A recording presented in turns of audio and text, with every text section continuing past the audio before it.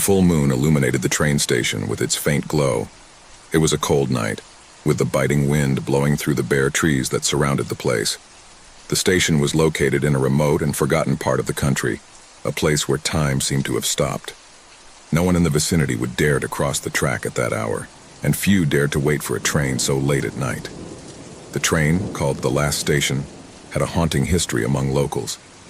Many said that he never made it on time, but still people kept getting on board, as if an invisible force was driving them to do so. Tonight would be no different, or so it seemed. But it wasn't. The clock struck 11:45 when the train arrived silently at the station, with a strange screech of the brakes echoing in the stillness of the night. None of the passengers seemed to notice the strangeness of the situation, as if they were all immersed in a kind of trance. The train, long and dark, stopped gently, but its lights flickered erratically, as if it were fighting something that could not be seen.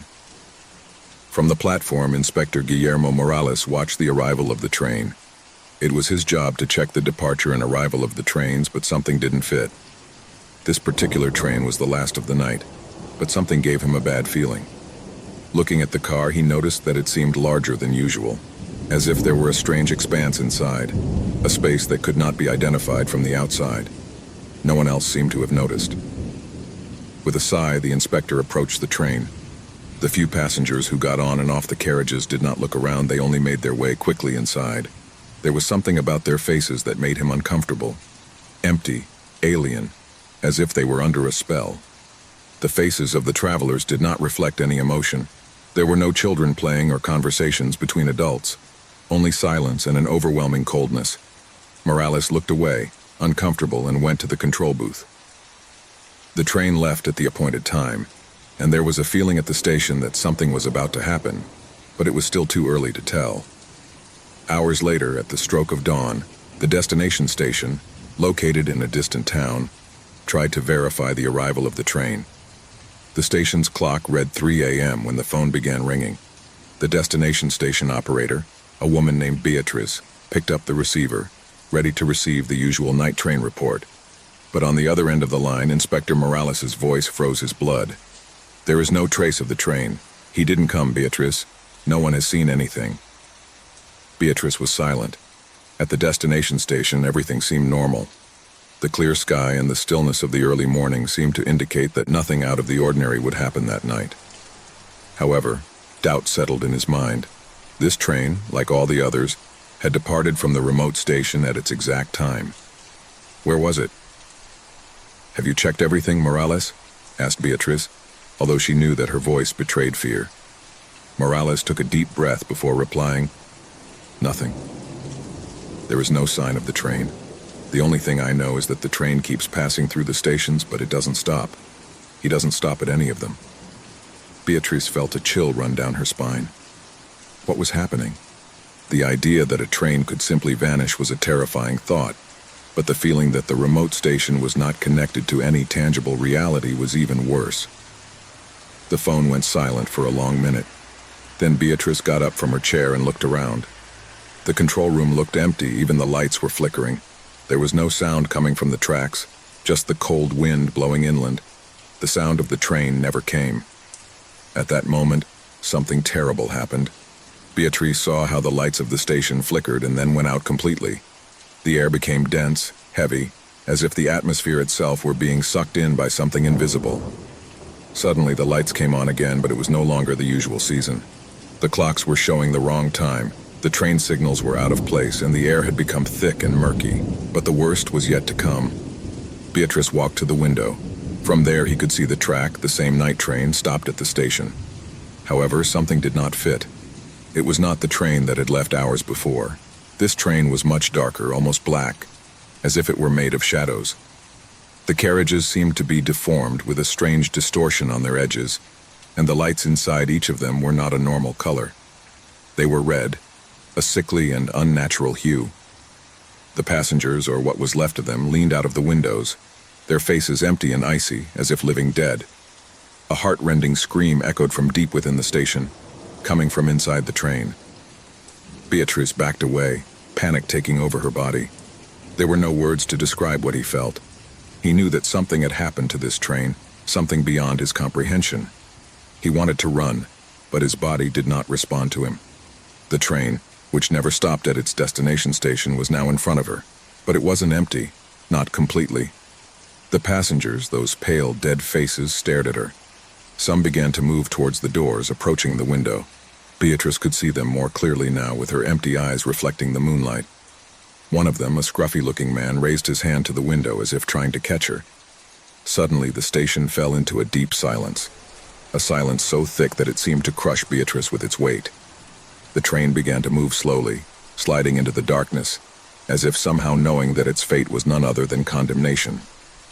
A curt whisper reached Beatrice's ears, a broken voice coming from the depths of the train. "We're leaving, and we will never return." The station, the train, and everything that had ever existed in that place disappeared with the passing of the seconds. The train was no longer the train it used to be. It was no longer a simple steel and steam engine. He was now a conductor of lost souls, of people trapped between time and death, on an eternal journey into the unknown. Morales never returned to his station. The disappearance of the train and its passengers was an irrefutable mystery. No one saw Beatrice or the passengers on the train again. All that remained was the echo of a distant whisper. The train will never stop. The house was quiet, as was to be expected at that time of night. A deep, almost oppressive silence that invaded every corner of the house. Joseph was in his bed, staring at the ceiling, unable to sleep. Since his wife, Anna, had died, everything had changed. The house was no longer the same, and the emptiness left by it was unbearable. Everything in her life seemed to have a gray tinge, a sense of loss that couldn't be dissipated, no matter how hard she tried. Every night in her bed, she felt that something was missing, something that she could never recover. That night, however, the air was different, heavier. The clock struck 3 o'clock in the morning, and Jose still couldn't find comfort. Suddenly, the phone began to ring, interrupting the stillness. It was an unusual sound in the house, as rarely did anyone call him at that hour. The sound of the ringing of the call was almost deafening in the silence, as if it was marked by some kind of foreshadowing. Jose, confused and somewhat frightened, sat up on the bed and looked at the phone. He didn't recognize the number on the screen, but something inside him made him feel like he had to answer. Maybe he thought it was a mistake, some kind of joke from someone playing on his pain, but the truth was that he was too curious and at the same time scared to ignore the call. Breathing heavily, he picked up the phone. "Hello," he said, his voice trembling, hardly knowing why he said it. At first, there was only absolute silence, as deep as there was in the house. Joseph frowned, wondering if it was a joke, until he heard a soft breath as if someone was on the other end of the line. A familiar breath, but one that I did not fully recognize. It was trembling, somewhat broken breathing, as if she were struggling to stay calm. And then the voice, soft and muffled, emerged into the earpiece. The voice that Joseph never thought he would hear again. The voice of Hannah, his late wife. It was unmistakable. "Jose, help me." The whole world stopped for an instant. His heart stopped in his chest. Anna's figure, her image, her voice had disappeared from her life months ago. But now, somehow, she was back. The feeling of terror invaded him completely. Was it possible? How could it be her? "Anna, no, this can't be happening," he said, his voice trembling, feeling his mind fogging up, but still clinging to the idea that it might be a hallucination or some kind of trick. "Jose, please help me. I'm trapped. I can't get out," Anna's voice told him with palpable desperation. Joseph looked around the room as if expecting to see something, some hint that he was dreaming. Everything was in place. Everything seemed normal. But the feeling that something strange, something dark, was beginning to settle over the house did not leave him calm. The call continued, and his wife's voice did not stop asking for help. Panic began to rise through his chest, choking his breath. I didn't know what to think, what to believe, but I had to do something. "Anna, where are you?" "What's going on?" he asked, almost begging, looking at every corner of the room as if she could appear out of nowhere in front of him.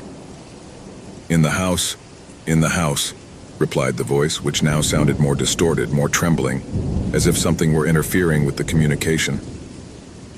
Anne's voice died briefly away, and Joseph could hear some strange noises in the background, low noises as if someone is walking through the house. His breathing quickened and his hands began to sweat. Was he listening to what he thought he was hearing? "Who's there?" he asked, almost unable to articulate the words. The response was a low laugh, a deep, malevolent sound that chilled Joseph's blood. It was a laugh that didn't belong to his wife, but to something else. Something he couldn't understand. Something that had no form. A shiver ran down his spine. The phone began to emit a series of strange sounds as if the call was being interfered with by something else. And then the voice returned, but now it was much deeper, more ominous. Jose. Don't go. Don't go. The warning only intensified the fear in his chest. Something was wrong.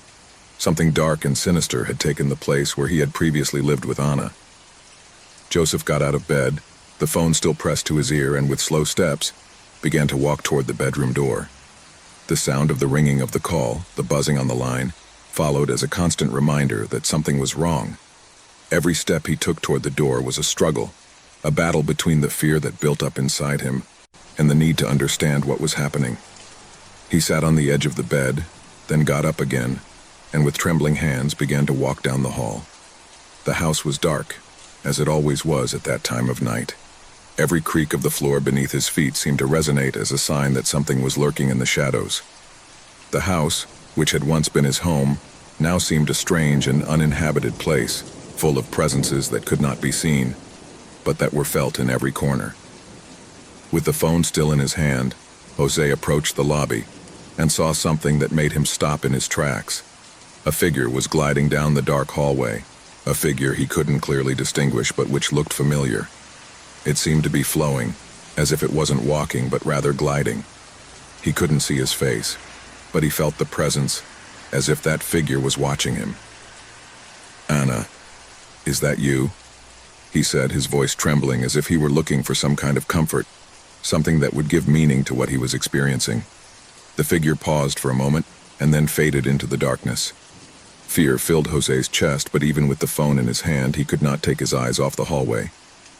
A loud knock on the front door broke the silence, a sound so loud that it echoed throughout the house. Joseph took a step back, scared, as his mind tried to process everything that was happening. He slowly approached the door, his breathing being the only thing he could hear. When he reached the door, an icy cold ran through his skin, and a shudder shook him completely. He opened the door cautiously, but there was no one on the other side. Nothing, just the cold night wind. He looked back into the house, and that's when he saw him. In the hallway, a face that belonged to someone who couldn't be real. It was not Anna's face or anyone he knew. It was something else, something moving towards him, slowly approaching. The face was pale, lifeless, with eyes that seemed empty, but with an expression of despair. The hair was messy, and the mouth, which moved slowly, uttered words that Joseph could not understand. At that point, the call was abruptly cut off. The phone fell from his hands, and he stepped back, staring in horror at the figure fading into the darkness. The house was quiet again. Too much silence. As if everything was suspended in the air, waiting for something else to happen. Joseph, paralyzed by fear, did not know what to do. Was his mind playing a cruel joke on him? Was it a dream? No, what I was experiencing could not be real, but the feeling that something dark had invaded her home was so strong that she couldn't ignore it. He felt a cold presence, the feeling that he was not alone, and at that moment he understood everything. The call, the figure, the voice of Anna. She hadn't been asking for help. She had been a warning. The house was now being occupied by something else, something that should not be there. The door to the hall slammed shut. The lights flickered and went out. Joseph looked around, completely surrounded by darkness. He was no longer alone. The cold morning air seemed to envelop them in a thick mist that slid through the trees like an entity unto itself. The group of friends, 5 in all, were slowly advancing along the path that led them to the heart of the forest. Every step they took was accompanied by the rustling of dry leaves beneath their feet, a sound that seemed to be amplified in the absolute silence around them. Carlos, the most enthusiastic of the group, led the way with a flashlight in his hand, his face illuminated by the warm light that contrasted with the gray of the landscape. Behind him was Lucia, his best friend, followed by Eduardo, Javier, and Laura. Everyone, gasping for breath, stood together, looking straight ahead, where the forest seemed to grow denser with each step. "Are you sure this is the house?" Lucia asked, with a tone that denoted a certain fear, although she tried to hide it. "Of course," Carlos replied with a confident smile. "I have checked it. I've been here before, but I never dared to go in. Today will be different." Eduardo, always the most skeptical, raised an eyebrow, looking at the shadows that seemed to move in the distance among the trees. Fog enveloped everything around him, but the treetops revealed flashes of light that made the scene look surreal. "I don't like this," Eduardo murmured, but no one paid any attention to him. The group continued to move forward, ignoring the weight of fear that seemed to follow them, watching them at every step. Finally, after several minutes walking in silence, they arrived at a small clearing. There, hidden among the trees, was the house. The structure was old, with broken windows and wooden walls that showed the passage of time and decay. The house, however, seemed to have something that made it stand out from the rest of the landscape. A palpable energy, as if the whole place was charged with something dark, something ancient. The door of the house was ajar, which increased the bewilderment of the friends. "This isn't right," said Laura, who had always been the most cautious of the group. His eyes swept over the doorway and his stomach churned. Despite her fear, curiosity drove her to take a step forward. "It's okay," Carlos insisted, pushing the door effortlessly. "It's just an abandoned house. Surely there is only dust and cobwebs. Come on, let's go in." The group looked around. The trees, though imposing, could not hide the fact that something strange was happening in that place. The feeling of being watched did not disappear, but intensified. But the excitement of exploring the interior of the house overcame their instincts, and one by one they entered the hall. The air inside the house was heavy, dense, as if time itself had stopped there. The walls were covered with dark stains that, at first, were thought to be simple marks of moisture. However, as they progressed, something else became apparent. In the shadows of the main room, blurred figures could be seen, as if they were watching them from the corners, waiting. Carlos turned off the lantern and, with an expression that tried to hide his discomfort, whispered, "Let's explore a little more. Surely there is nothing." At first all seemed calm, though a sense of uneasiness hung over them. Every step echoed in the void, and the echo of their voices was lost in the heavy air. But soon, a series of strange noises began to fill everything. A crunch here, a whisper there. Lucy shuddered and looked at the others, trying to see their faces, but the darkness had completely enveloped them. Eduardo took out his mobile phone to use the flashlight, but the screen flickered before turning off completely. "What the hell?" Eduardo growled, rubbing his eyes as if trying to clear the fog from his mind. It was then that a sound coming from the upper floor broke the absolute silence. A dull thud followed by something that seemed to be dragging on the floor. Lucia, visibly pale, gritted her teeth. "I don't like this," he said in a trembling voice. "There's something about this house, something that's not right." Carlos ignored her and began to climb the stairs, determined to explore. With each step, the sound of the creaking of the old wooden floor became more and more unbearable. Javier and Laura followed him closely, with fear marking his every move. Edward, for his part, remained in the hall, looking nervously at the shadows that stretched on the walls. Fear overwhelmed him, but he did not want to be the first to abandon the expedition. Upon reaching the second floor, the group found themselves in a long hallway, where open doors gave way to empty rooms. However, something else caught his attention. A room at the end of the hallway was closed with a rusty door that seemed to have remained intact despite the years. Curiosity, mixed with the growing sense of dread, pushed them closer. When they opened the door, an icy air enveloped them, as if time had frozen at that very moment. Inside, an ancient full-length mirror reflected their distorted images, as if they were seeing something that didn't belong there. Lucia's eyes widened as she saw a shadowy figure reflected in the glass. But when she turned, there was nothing behind her. The silence became absolute. The fear grew, and the shadow seemed to stretch all over the room, as if somehow the house itself wanted to devour them. "It's time to go," Eduardo said, his voice firm but nervous. He had had enough. However, before he could take a step back, the door slammed shut, leaving them trapped inside. The light from their flashlights flickered, and the sound of something heavy creeping in again was heard louder. Suddenly, an evil presence became apparent. Something ancient and powerful had been waiting, watching, and now, at last, it had decided to show itself. The air became denser, and the darkness around them began to come alive. A dull scream could be heard in the distance, the sound of something that was not human, something that had been part of that house long before they arrived. The walls seemed to shrink, the house creaked, and friends began to feel the pressure on their breasts. as if they were being crushed by an invisible force. The echoes of the screams began to multiply, and the feeling of panic took hold of everyone. A gasp escaped Javier's throat, and he collapsed to the ground. Lucia, terrified, tried to open the door, but her trembling hands could do nothing. A shadowy figure appeared in front of them, a tall, dark silhouette with empty eyes that reflected a darkness much deeper than the night itself. The evil that inhabited the house was there, manifesting itself in a tangible form, ready to reclaim what belonged to it. Carlos, trembling with fear, cried out, "Run!" But the figure's voice was louder, a deep, unnatural whisper creeping into their minds. "There is no escape. This is what belongs to me." Terror began to dominate everything.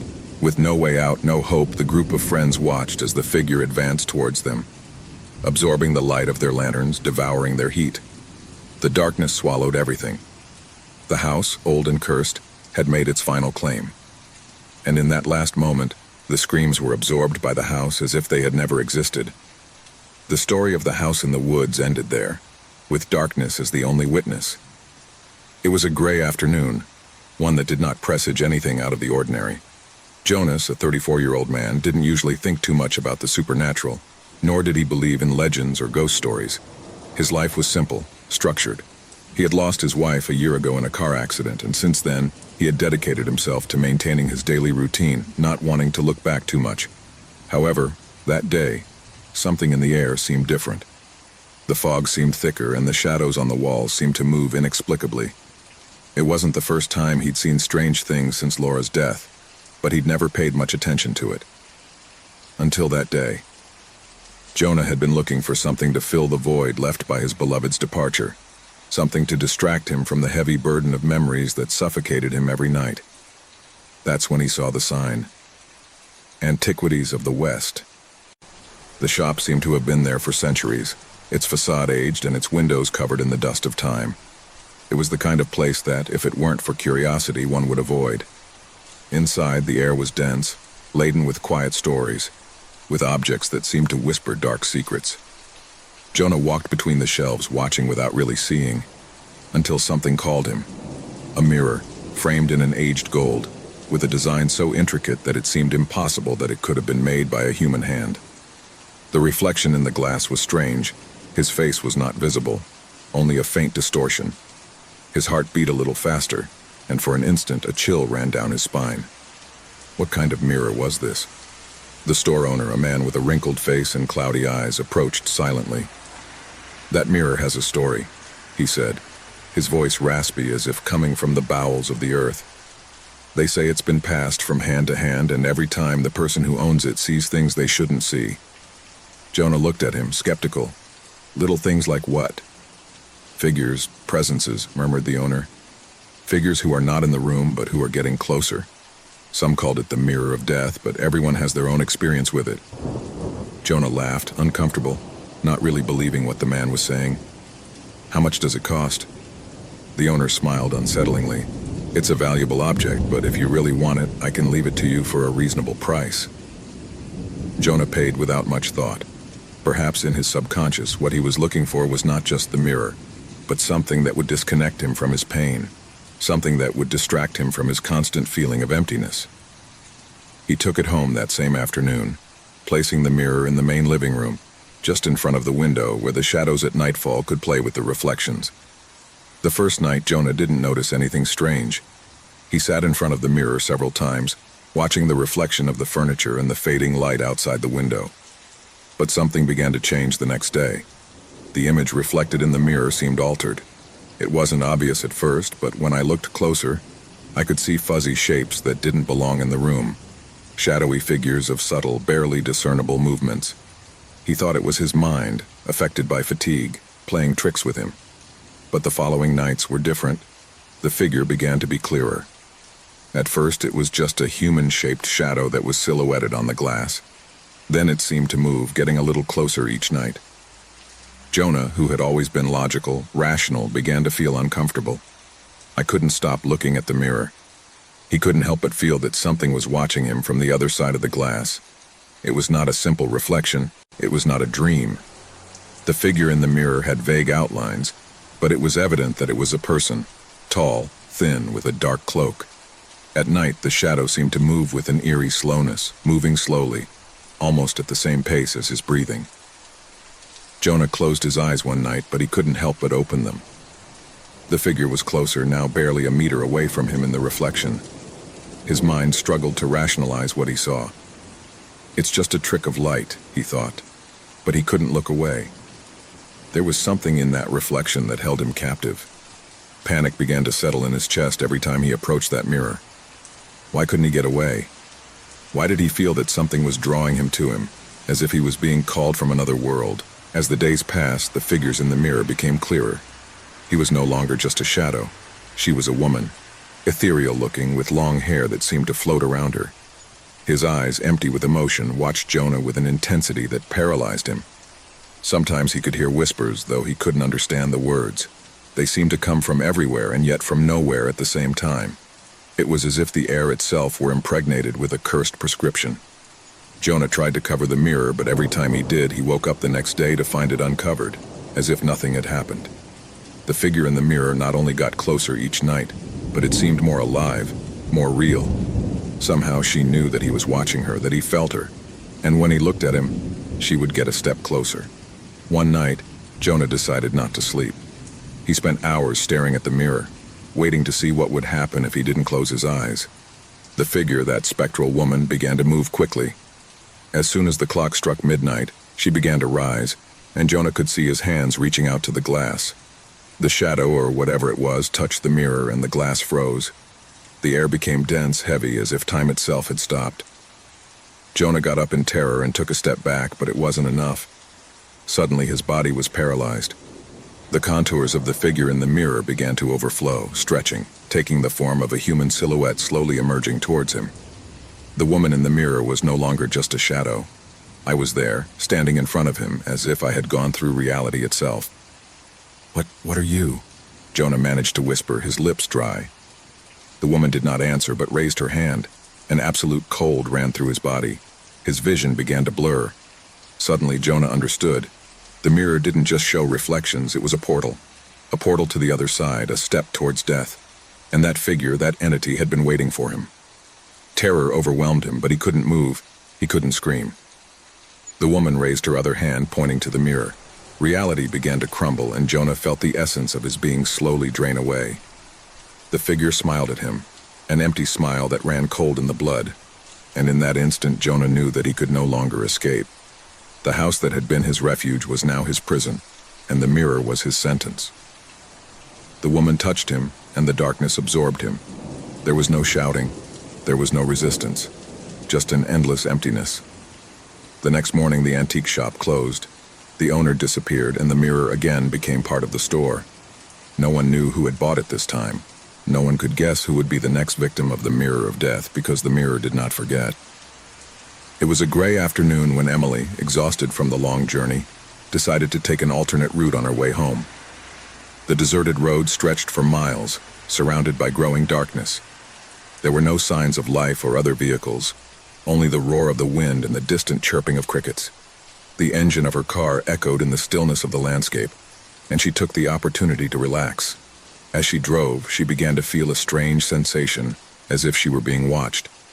She shook her head and told herself that it was just tiredness. However, something was not right. His phone above the passenger seat vibrated suddenly.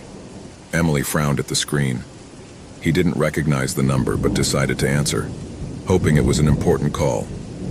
"Hello, who's talking?" she said in a tired voice, trying to sound calm. At first, there was no response, just the sound of heavy breathing on the other end of the line. Emily raised an eyebrow, puzzled. "Hello?" he repeated, looking at the phone with growing uneasiness. Finally, a trembling voice emerged from the darkness on the other end of the line. "Help me. Please," said the male voice, full of despair. "I'm trapped. I don't know where I am. There's something here. Something that is looking at me. He's chasing me." Emily felt a wave of discomfort run down her spine. The voice was distorted, as if the man was in a dark, terrifying place. "Who are you?" he asked, his pulse racing. Fear was beginning to creep into his voice. Before he could receive an answer, the call was abruptly cut off, leaving only the echo of the stranger's heavy breathing.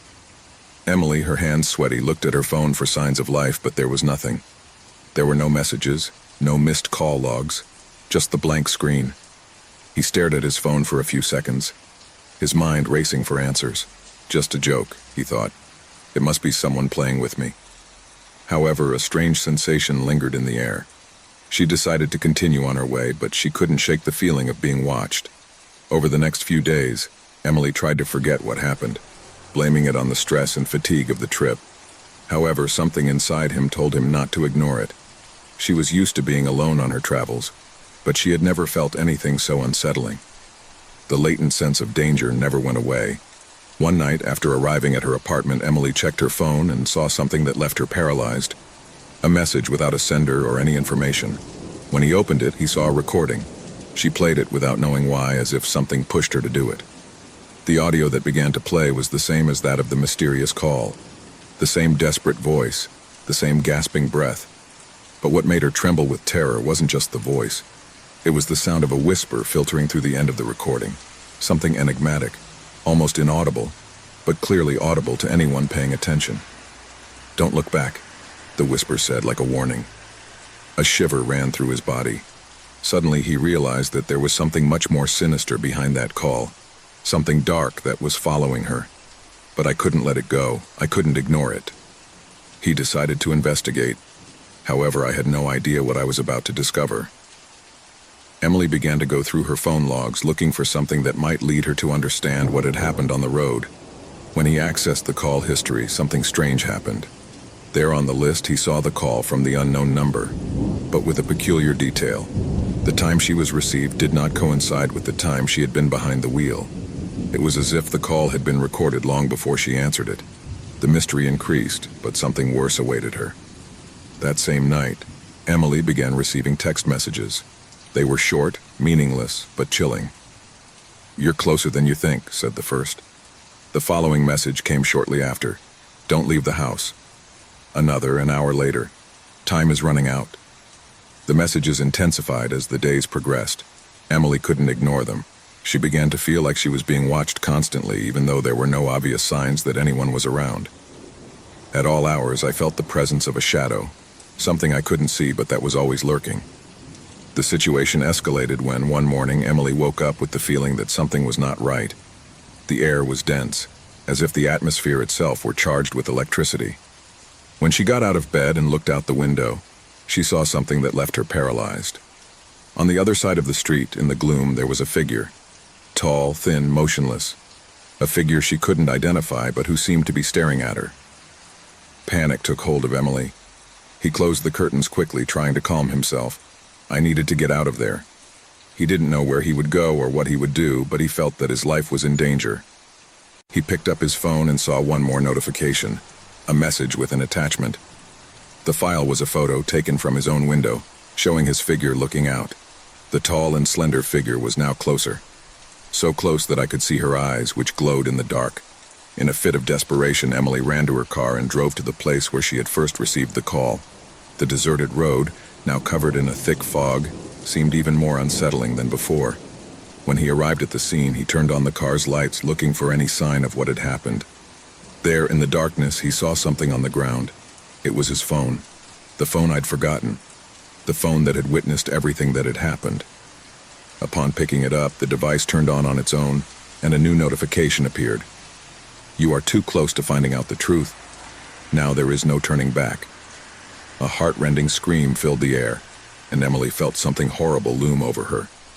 The phone began to make a strange sound, as if something was happening on the other end of the line. However, there was no one there. Everything was silent, except for the sound of his own breathing, quickened by fear. Emily tried to run, but the ground began to shake under her feet. At that moment, a dark figure emerged from the fog. It was the same being in the photo, his face deformed and his gaze fixed on her. She had no human face, only empty eyes that stared at her with terrifying intensity. The figure moved forward, sliding on the ground, and Emily, paralyzed with terror, tried to scream. But his voice did not come out. Only the sound of fog and heavy breathing surrounded her. The phone fell to the floor, and with it all hope. The figure caught up with her, and Emily disappeared into the darkness, absorbed in the terror that had haunted her from the moment she answered that call. The investigation that followed was puzzling. The phone, which was found at the scene, contained more messages. Some sent before Emily's disappearance, others after. The recordings and photos she had received indicated that someone had been following her from the moment she accepted that call. No one knew who was behind the threat, but the case remained unsolved. The authorities never found a concrete clue, and the forgotten phone remained stored as a macabre memory of the inexplicable. Emily's disappearance became a legend, a horror story whispered in the dark, where the forgotten phone was the key, and the figure in the fog, the eternal nightmare that haunted those naive enough to answer an unknown call. It all started one afternoon like any other. Joseph was at home alone as always. He was a man of quiet life, nothing out of the ordinary. His daily routine consisted of working in his office, eating a light dinner, and sleeping early. He had left behind a relationship that had marked him, and now he lived in this house with an air of loneliness that comforted him. The walls of her home, though gray and somewhat worn, had something cozy about them. There was something about them that gave him peace, though he had never stopped to wonder what it was exactly. One day, as he was getting ready to leave for work, he looked at himself in the hallway mirror. He was adjusting his tie when, for a fleeting moment, something in his reflection made him stop. It wasn't something I could identify at first, just a flash, a shadow that seemed to move behind him, but when he turned his head, he saw nothing. He was alone. He didn't think much about it, attributing it to tiredness or lack of sleep.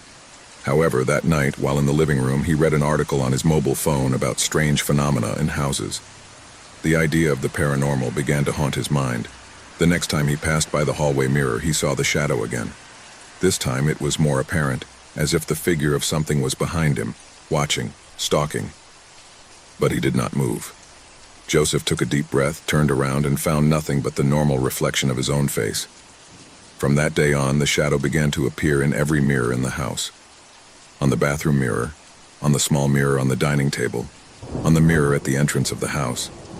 It was always the same shadow, always following the same pattern, moving slowly, as if it had a life of its own.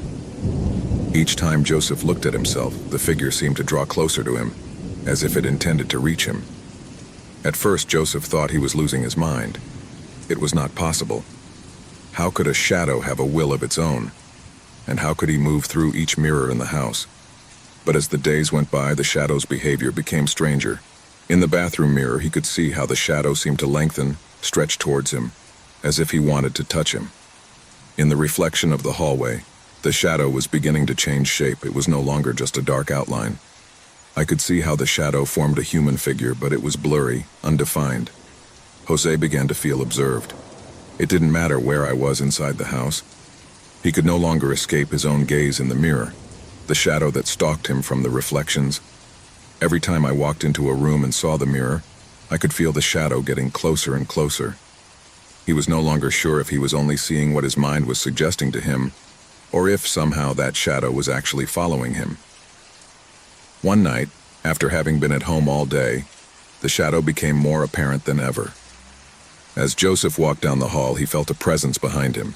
It wasn't like other times, when she had felt that something strange was happening to her when she looked in the mirrors. This time, the feeling was more real. The shadow in the hallway mirror seemed to move on its own, swirling around him as if to catch him.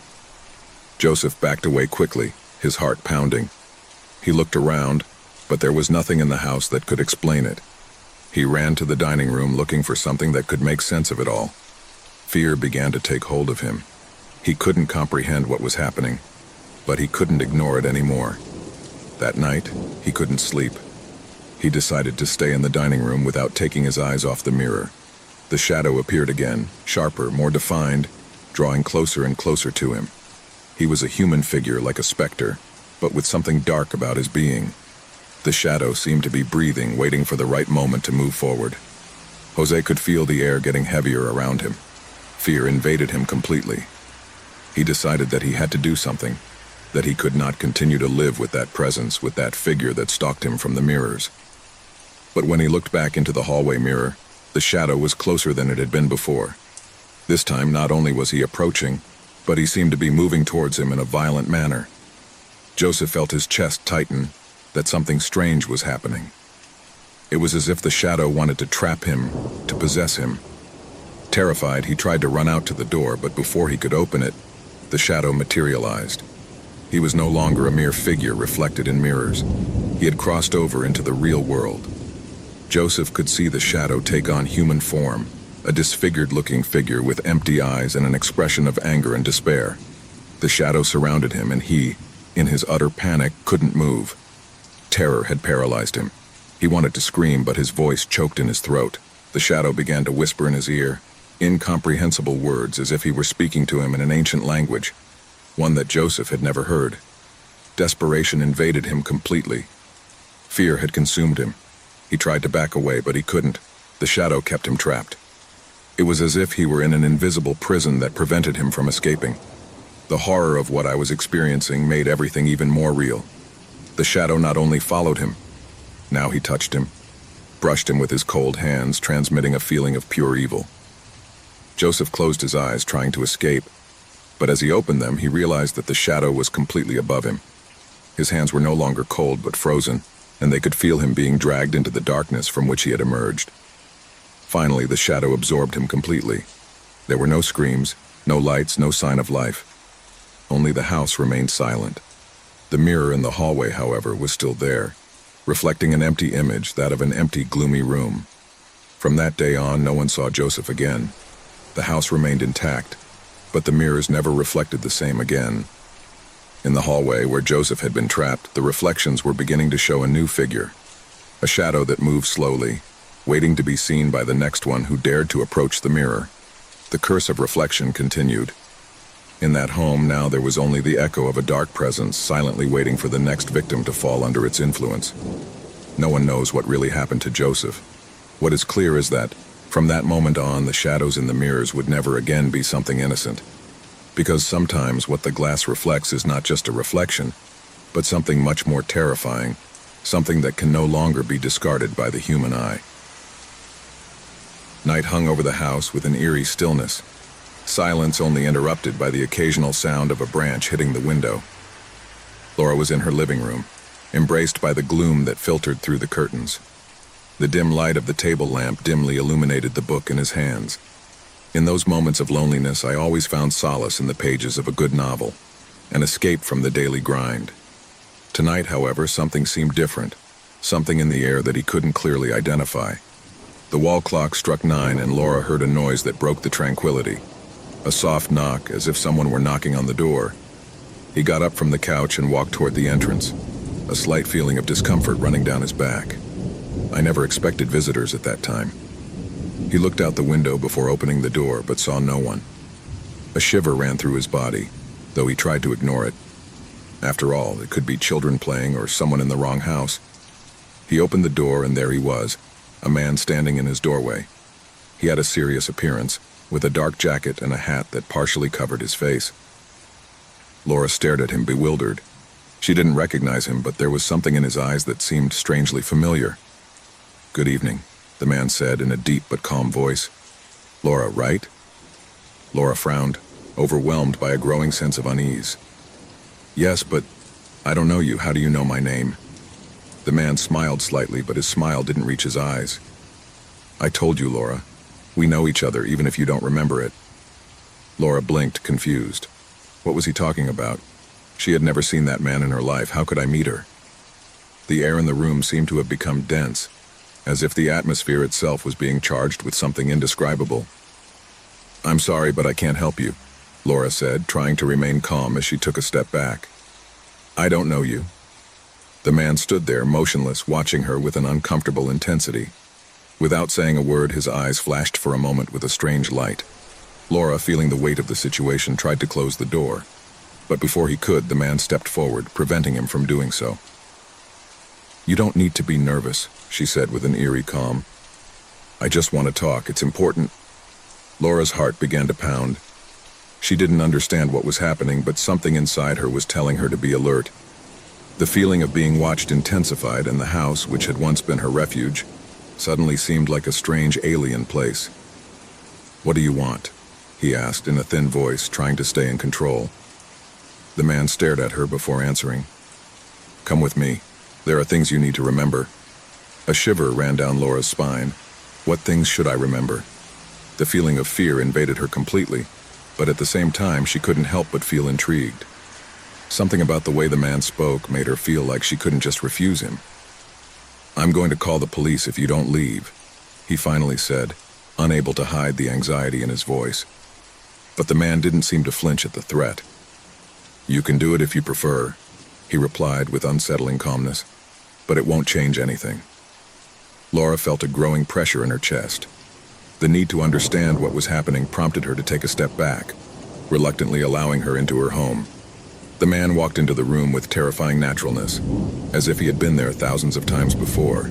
"I shouldn't have," Laura muttered to herself, though she knew it was too late. The door closed with a dull sound, and the house was filled with an ominous calm, as if time itself had stopped. The air seemed denser, and the darkness thicker.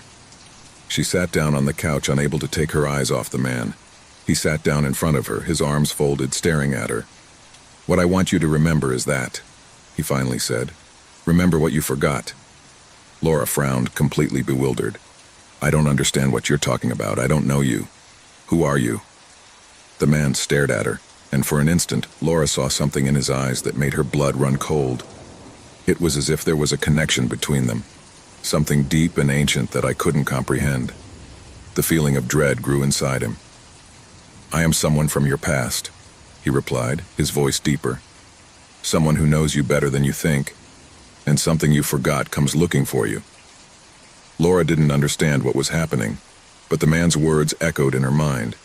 Something in his tone, in his gaze, caused a feeling of deep terror to take hold of her.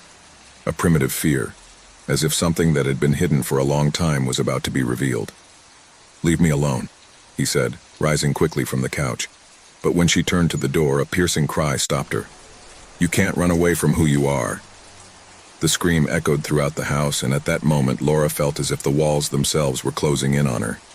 He looked at the man in horror, feeling the air grow even denser, as if his own breath was getting heavier and heavier. "What do you want from me?" he murmured, his voice trembling, unable to comprehend what was happening. The man slowly got up, approaching her unhurriedly, as if he knew there was no escape. "What I want you to remember is that you remember everything you have forgotten." Laura backed away, but the shadows of the house seemed to envelop her, barring any attempt to flee. His heart was pounding, and a cold sweat ran down his forehead. The man looked at her with that same frightful calmness, and at that moment, she understood something that made her blood run cold. She was no longer alone. The sound began subtly, almost like a murmur. At first, he didn't pay attention to it. He thought it might be the sound of old plumbing or some broken pipe. But as the days went by, the noises became more constant, louder. They weren't casual noises like the creaking of an old structure, or the wind pushing against windows.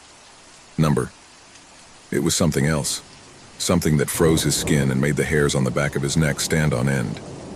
Martine's apartment was not big.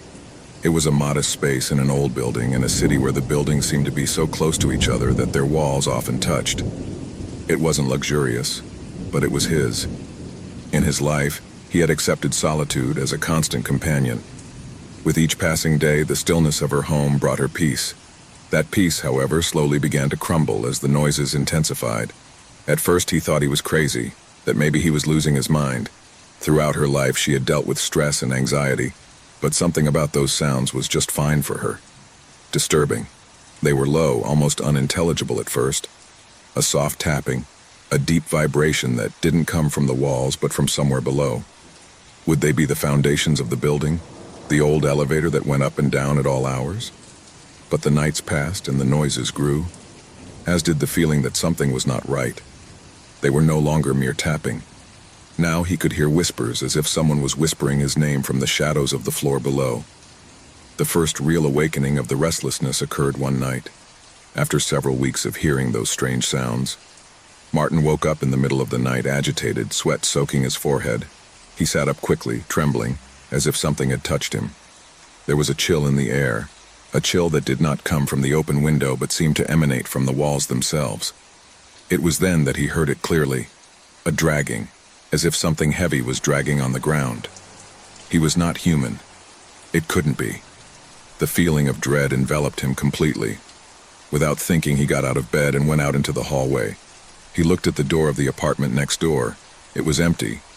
It had always been empty. There had never been anyone on the lower floor. Martin had investigated at first, looking for answers to those noises, but he had never found anything. Something didn't fit. Something in that building was completely wrong. He decided to take matters into his own hands.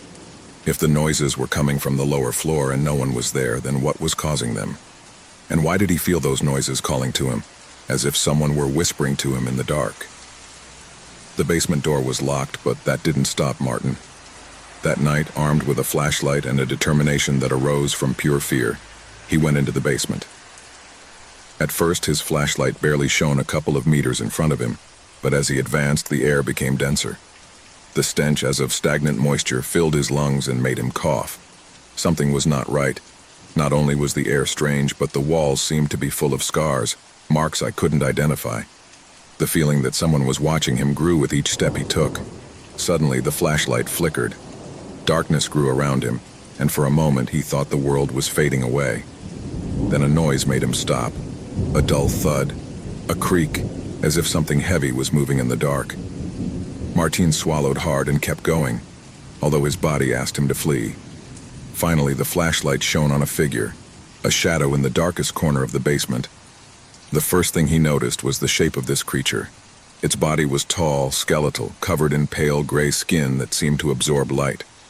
The eyes, if I could call them eyes, were two black, empty orbs, glowing with a yellow, inhuman light.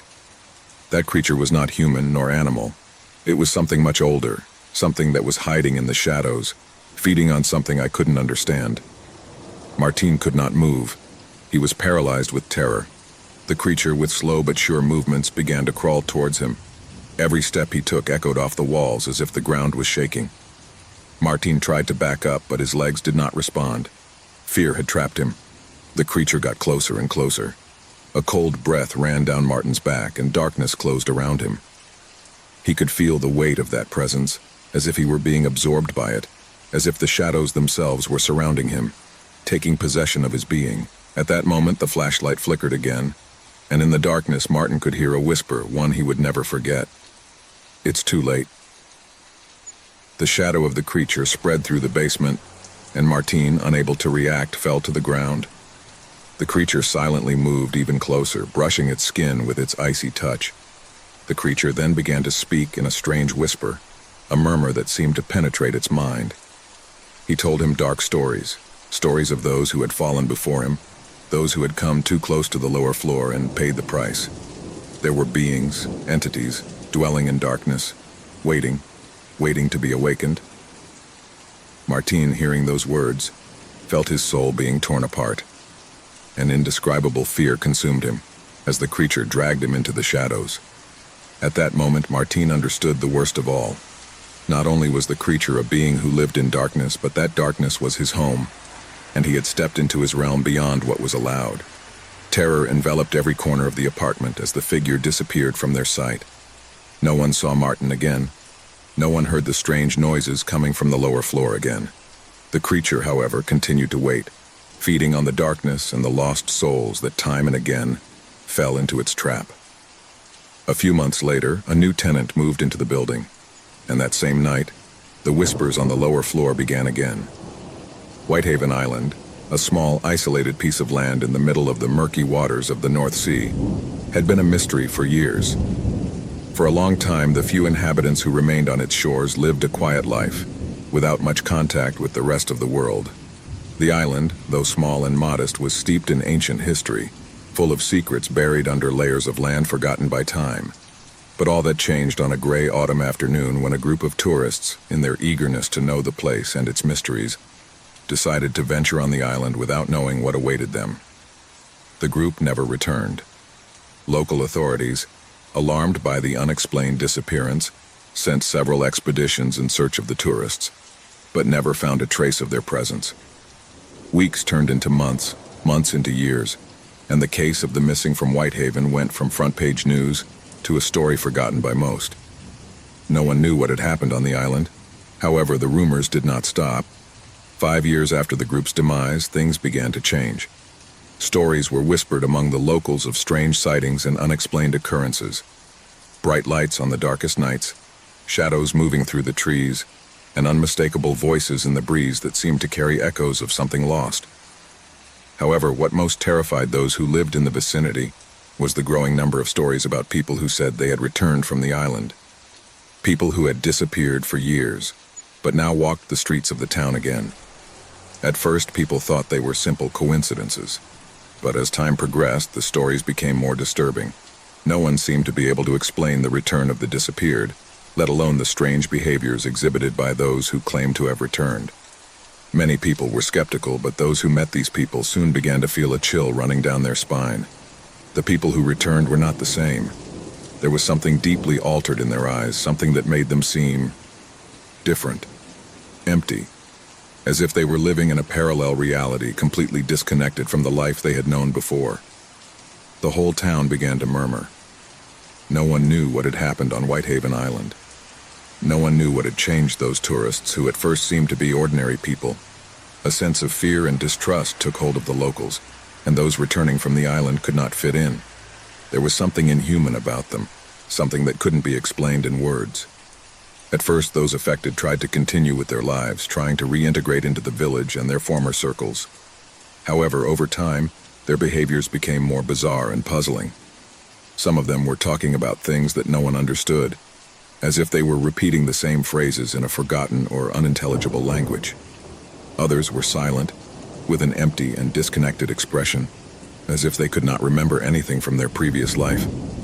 The people close to them were beginning to feel a sense of unease, as if something dark and dangerous was surrounding them.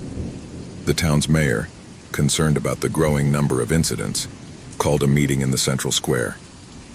On the night before the meeting, one of the returnees, a woman named Clara, disappeared again without a trace, only to appear at dawn in the center of the village, covered in dirt and with a completely empty expression. The few witnesses who saw her came to an agreement. Something had changed inside her, something deeply disturbing. At the meeting, the villagers were frantically arguing about what to do with those who returned. Some believed they should be isolated, others feared they might be a threat. Panic took hold of everyone when the stories began to arrive more frequently. No one knew if those who were returning were really the people who had disappeared, or if something else had taken them, altering them, transforming them into something else. It was at that moment that a young researcher named Samuel arrived in town. Samuel was a freelance journalist, known for his desire to unravel the darkest mysteries, and he had heard about the strange happenings in Whitehaven. He decided to travel to the island to discover the truth behind the returnees. With the approval of the local authorities, Samuel boarded a small boat to the island. As he approached the shore, he couldn't help but feel that something in the air was deeply wrong. The sky was covered by dark clouds, and the sea seemed more violent than normal. Whitehaven Island, which had once been quiet, now seemed to radiate an unsettling energy. Upon arrival, Samuel began to explore the island. In his first steps, he noticed something strange. The place was deserted with no signs of life, as if the island itself had been forgotten by time. But as he moved further inland, Samuel realized he wasn't alone. I could feel it. Something was watching his movements, walking among the trees and moss-covered rocks. Samuel found what looked like a cave hidden among the hills. Intrigued, he went into it.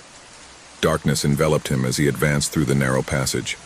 And then, at the bottom of the cave, he saw something that left him cold. A set of strange symbols were etched into the walls of the cave, symbols that did not belong to any known culture.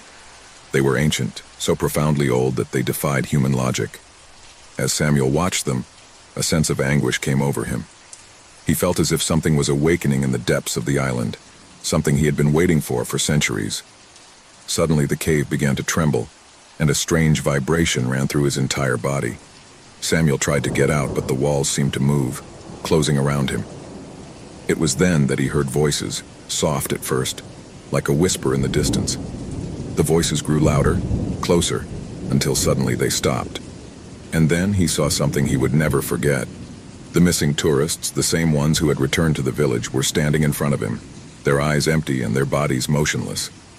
They were there, but they were not the same. Something had transformed them. Something had possessed them. At that moment, Samuel understood what had happened. The island had not only been a place of isolation, it had been a point of convergence, a space where dark forces had infiltrated the human world.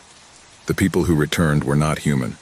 They had been altered, possessed by an ancestral entity that controlled them.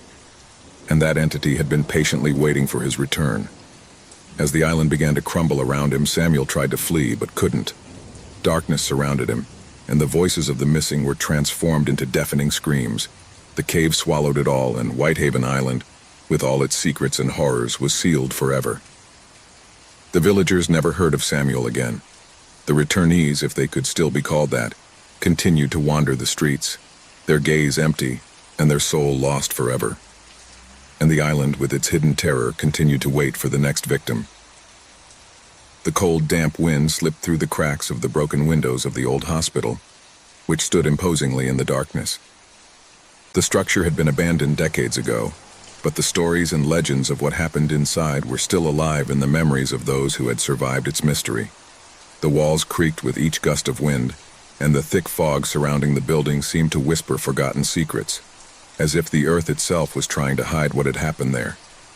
Some people said that the hospital had been the scene of illegal medical experiments during its time of operation, and others spoke of lost patients who never left their rooms. But there was one legend that was kept alive, a story that ran cold in the blood of anyone who heard it. The story of a girl who had disappeared without a trace. It was said that his spirit continued to haunt the ruins, searching for answers and taking those who dared to investigate. That night, a group of young people determined to discover the truth behind the unexplained events had arrived at the hospital. They were bold, skeptical of the stories the townspeople told, but they would soon discover that the darkness hiding in this place was more real and more terrifying than they had ever imagined. The door to the hospital creaked as it opened, revealing a crumbling lobby. The air was stale, laden with a smell of mold and rot.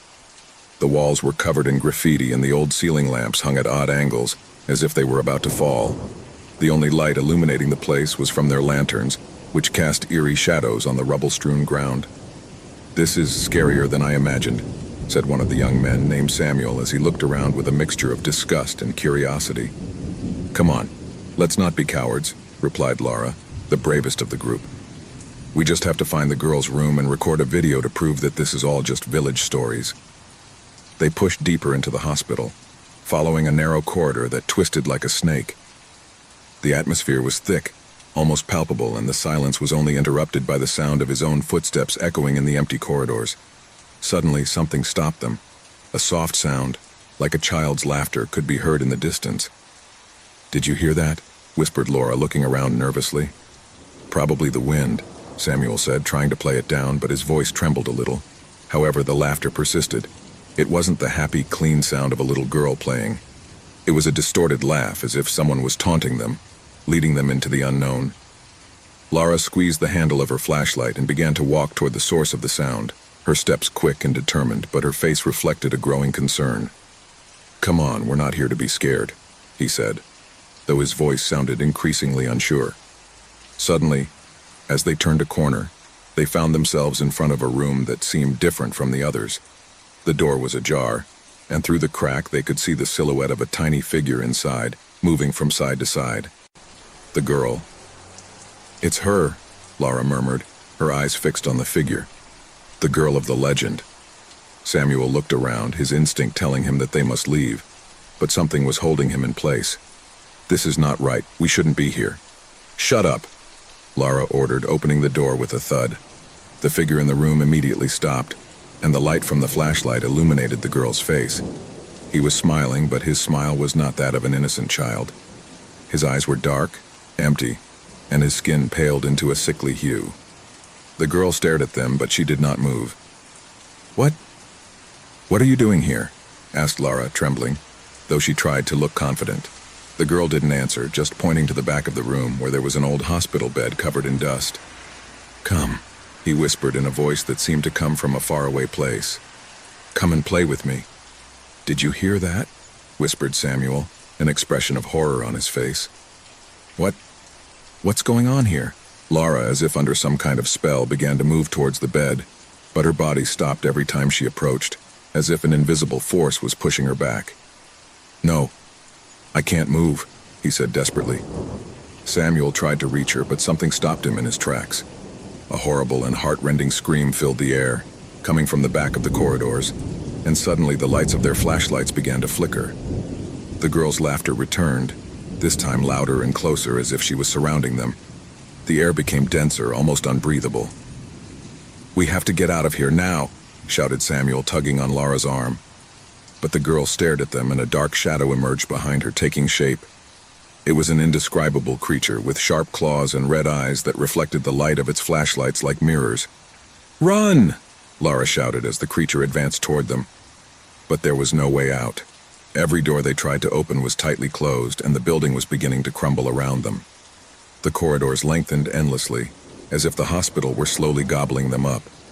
The girl's whispers, growing more and more intense, enveloped them. "Come and play, come." Suddenly, everything stopped. The hospital was completely silent. The lights went out. The echoes of laughter faded into nothingness. Laura and Samuel were paralyzed with terror, unable to move. The girl was no longer there. The creature had also disappeared. Only darkness remained. The next day, the villagers found the young men's cameras, but not them. Only the echoes of their voices remained, and in the recordings the girl's laughter resounded, closer and closer. No one else dared to enter the hospital after that night. The rumors grew. They said that the girl's spirit was still trapped in the hospital, waiting for others to dare to challenge her. And so, the abandoned hospital continued its eternal vigil, a place of shadows, terrors, and dark secrets. Sarah had been looking for something different, something out of the ordinary. As an adventurous young woman with a brave heart, she had traveled countless lonely paths, explored dark forests, and faced extreme situations, but always with the certainty that, in the end, everything had a logical explanation. But tonight would be different, very different.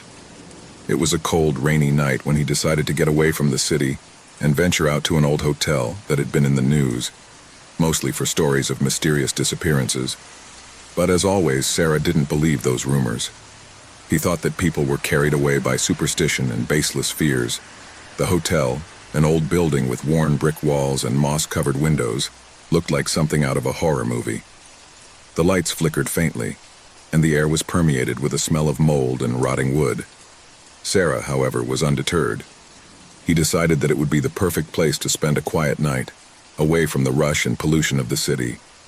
Once she entered, the receptionist, an older man with deeply tired eyes, looked at her without saying a word, handing her a key with a brass plate bearing the number 12. There was no warm welcome or smile.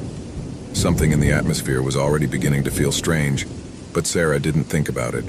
She just thanked her and headed towards her room. The door creaked as it opened, and the light inside flickered a few times before stabilizing. At first glance, the room looked normal, although the furniture was covered in dust, as if no one had been there in years.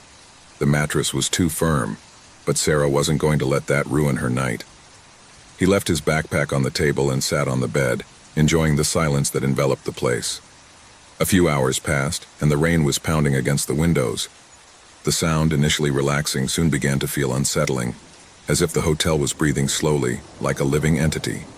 It was at that moment that he heard it. A low, almost inaudible whisper came from the walls. Sarah frowned, trying to figure out what it was. Maybe the sound of the wind or some crack that made noise. But as the whisper persisted, it began to take on a more definite form, something that clearly could not be explained by the wind. "Sarah, Sarah." It was the only thing the voice repeated softly and constantly. Fear began to take hold of her. It was not a coincidence. Someone or something was trying to communicate with her, but who or what? With his heart pounding in his chest, he got out of bed and walked over to the wall where the whispers were coming from. The skin on his back stood on end, and his hands trembled slightly as he touched the cold, wet wall. Suddenly, the whisper stopped, absolute silence. But before she could take a step back, a new feeling enveloped her. A shudder in the air, as if the room itself had changed, as if an invisible weight were pressing down on his chest. The temperature dropped suddenly, and Sarah could see his breath condensing in the air. Instinctively, he took his mobile phone out of his backpack. The phone, her only connection to the outside world, was the only way she felt safe. When he turned it on, he saw that he had several missed calls and unread messages, all coming from his sister. But what really caught his attention was a strange notification. A recording had been added to her video gallery, a file she hadn't recorded. Intrigued, Sarah began to play the video. The screen lit up with the image of the room where he was, but something was there. Not good. The camera was shaking and the light was flickering more intensely. In the video, a dark figure moved on the edge of the room, barely visible, like a shadow that seemed to dissolve into the darkness. "Sarah, you have no way out," he muttered, the voice in the video, a voice that wasn't his own. A deep, guttural whisper that made her instinctively retreat. The figure began to slowly approach, and the moment the shadow touched the camera, the video abruptly cut off. Fear took over Sarah, and a sense of panic invaded her body. She was not alone. Something or someone was watching her, but I didn't know what to do or who to turn to. He ran to the door, trying to get out of the room, but the lock wouldn't respond. He tried once more and again with increasing desperation. The whispers began again, louder, closer. "Sarah, Sarah, ... Breathing rapidly, Sarah turned to the window and saw, in the distance, the figure of a man standing on the threshold of the hotel door, staring at her. A man with a cold, empty expression on his face. In his hand, he was holding a shiny object, something that shone with a strange and unnatural light. It was at that precise moment that the light of the lamp flickered violently and went out completely. Darkness surrounded her completely, and the whisper became a deafening scream, an indescribable sound that seemed to pierce her mind. In desperation, Sarah tried to scream, but her voice faded into thin air. The darkness sucked her in, and her body collapsed to the ground. When the light came back on, the room was empty. The receptionist, the next day, found Sarah's phone on the table next to the bed with the message she had recorded herself before disappearing. "Don't trust the hotel. It's cursed." The hotel returned to its usual silence, but those who passed by said that sometimes, at dusk, they could hear the whispers coming from the walls. The icy desert wind blew hard, pushing the sand dunes into the darkest corners of the earth. The expedition of archaeologists had reached the end of their search, but none of them was prepared for what was about to be discovered. The mist kicked up by the wind hid what looked like a giant rock, but as it approached, a peculiar shape began to emerge before the team's eyes. Something buried, but visible, as if it were waiting to be found. The lead archaeologist, Marco Ruiz, was a man of great experience, but even he felt uncomfortable seeing that hidden tomb. It was unlike anything he had encountered in his career. The stone was marked by an inscription in an ancient language, one that he could not decipher but which somehow seemed to him close. The lines of the inscription formed enigmatic patterns that seemed to move, as if they took on a life of their own with the light of the lanterns. This is not in any of the registers," Marco said, his voice trembling with fascination and unease. "This is something we've never seen before." The team began digging around the tomb. No one questioned what they felt because they were all too engrossed in the wonder of the find. But something in the air began to change, an invisible tension enveloping them as they dug up the lid of the tomb. The shadow seemed to lengthen with each blow, and the air grew thicker. However, the most terrifying moment came when finally, after hours of work, the sarcophagus was uncovered. When he opened it, a thick mist shot out from inside the tomb. It was a cold, almost gelatinous air that permeated his lungs instantly. None of them had ever seen anything like it before. Marco, driven by his own curiosity, reached out and touched the object that rested inside the tomb. Instantly, a wave of vision swept over him. The visions. The vision dragged him into total darkness. In the middle of it, there was an ancient and devastated city. The streets were empty, desolate, covered with dust. There were distant screams, murmurs echoing from the crumbling walls. Marco could not understand what he saw, but terror invaded him.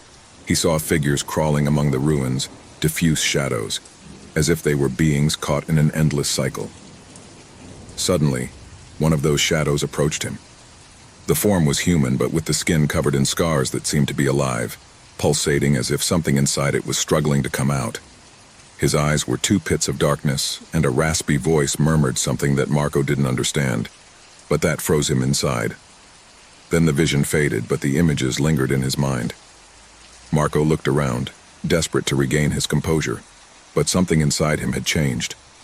He knew that he had unleashed something that should not have been touched. One of his companions, Alejandro, approached to examine the object. Without hesitation, he touched it. As soon as he did, he fell to the ground, writhing. He screamed with an unearthly intensity, as if something was piercing him inside. A scream that sounded as if it were eternal, and that was repeated in his mind. The curse. With each passing moment, the curse began to seep into the lives of the expedition members. The days that followed were marked by strange events. Those who stood near the tomb began to experience episodes of unexplained terror. Some saw visions of the future, other times, memories of the past that they had never lived. They were all caught up in their own fears and heartaches, as if each was being haunted by something they could not escape. Marco began to lose control. At night, he saw shadows sliding down the walls of his tent. He felt the cold, clammy hands of someone touching him in the dark. He heard whispers calling his name, voices asking him to undo what he had started. But he was doing it in a language he had never heard before. Worst of all, the shadows resembled the figures he had seen in the tomb, as if those entities were watching his every move. Each of the members of the expedition began to suffer the same. Alejandro could no longer sleep without screaming. Sarah, another of the archaeologists, saw her reflection in a pond, and when she looked at herself, she saw that her face was aged, her eyes empty, as if she had lived a whole life in seconds. The vision disappeared when he stepped away from the water, but the feeling of having seen his future remained. The terror began to overflow when stranger phenomena began to occur. In the middle of the night, everyone woke up feeling bitterly cold. The tomb, despite having closed, seemed to be emanating something, as if it were alive. The team members began to have vivid nightmares, all related to the vision of the desolate city, but more intense, more real. It seemed as if somehow the past was merging with the present. One night, Marco woke up suddenly, feeling a cold presence beside him. As he opened his eyes, he saw a being staring at him from the corner of his tent, a disfigured figure with glowing red eyes, watching him in silence. Fear paralyzed him, unable to move. The figure slowly stretched out his hand towards him, and Marco felt the heavy air almost as if he could touch it. The light from his flashlight flickered before going out completely, and in the darkness, he heard the murmur of voices intensifying. They were voices of despair, voices of the future, of the past, of all who had ever stood near the unmarked grave. Marco finally got up, but as he did so, he saw that his companions were no longer in the tent. The feeling of emptiness was overwhelming, as if everything I had ever known was fading away. The few survivors attempted to leave the site, but the curse had already spread beyond the camp's borders. The desert seemed to consume everything. Marco, exhausted and on the verge of madness, tried to reach a safe place, but the tomb had marked him forever. Finally, Marco found a way to break the cycle. He had to seal the sarcophagus again, close it forever.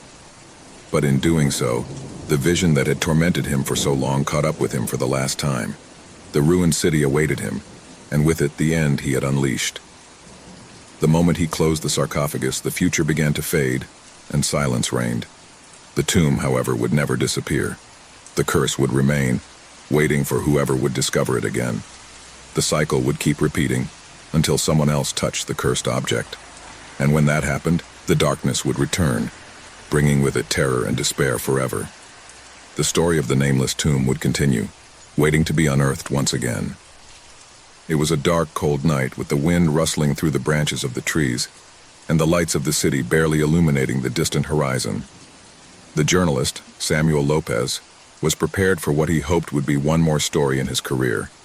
He had covered stories of all kinds, from political scandals to crime events, but nothing had prepared him for what he was going to experience that night in the old San Antonio asylum. This place, abandoned more than 3 decades ago, was known in the city for the strange disappearances that occurred at the end of the 70s. For years, it was rumored that patients at the asylum had disappeared without a trace. No one knew what exactly had happened, but the stories circulating spoke of shadows, murmurs in the hallways, and inexplicable presences. Samuel had heard of all these legends, but to him, none of it was anything more than superstitions. He wasn't afraid, but he couldn't deny that something about the atmosphere that night made him uncomfortable. With his flashlight in hand, he advanced through the neglected garden of the asylum. The rusty iron doors creaked as they opened, as if the building itself were waking from a long sleep. Samuel went in, and a shiver ran down his spine. The air was heavy, dense, as if something else was breathing in that place. The empty corridors greeted him with an overwhelming silence, broken only by his own footsteps echoing on the creaky wooden floor. The asylum had an eerie atmosphere, with worn walls, broken windows, and doors that seemed to be waiting to be opened. Every corner of the place was covered in dust, but there was something else, something I couldn't identify. Samuel kept walking, his flashlight illuminating the damp-covered walls. I was looking for something. Evidence, clues, anything that could explain the disappearances. He had read all the available reports, but nothing indicated that there was a clear culprit. What was said was that the patients who disappeared had never been found, and the stories about their last moments varied. But they all agreed that something or someone was behind those disappearances. As he went along, Samuel began to notice something strange. In each corridor he walked, he felt a slight pressure in the air, as if something was watching him. At first, he thought it was his mind playing tricks due to the natural fear he felt in that place. But soon the sensations became more intense.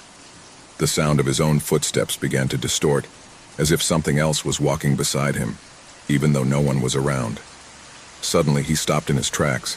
His breathing accelerated and his heart began to pound.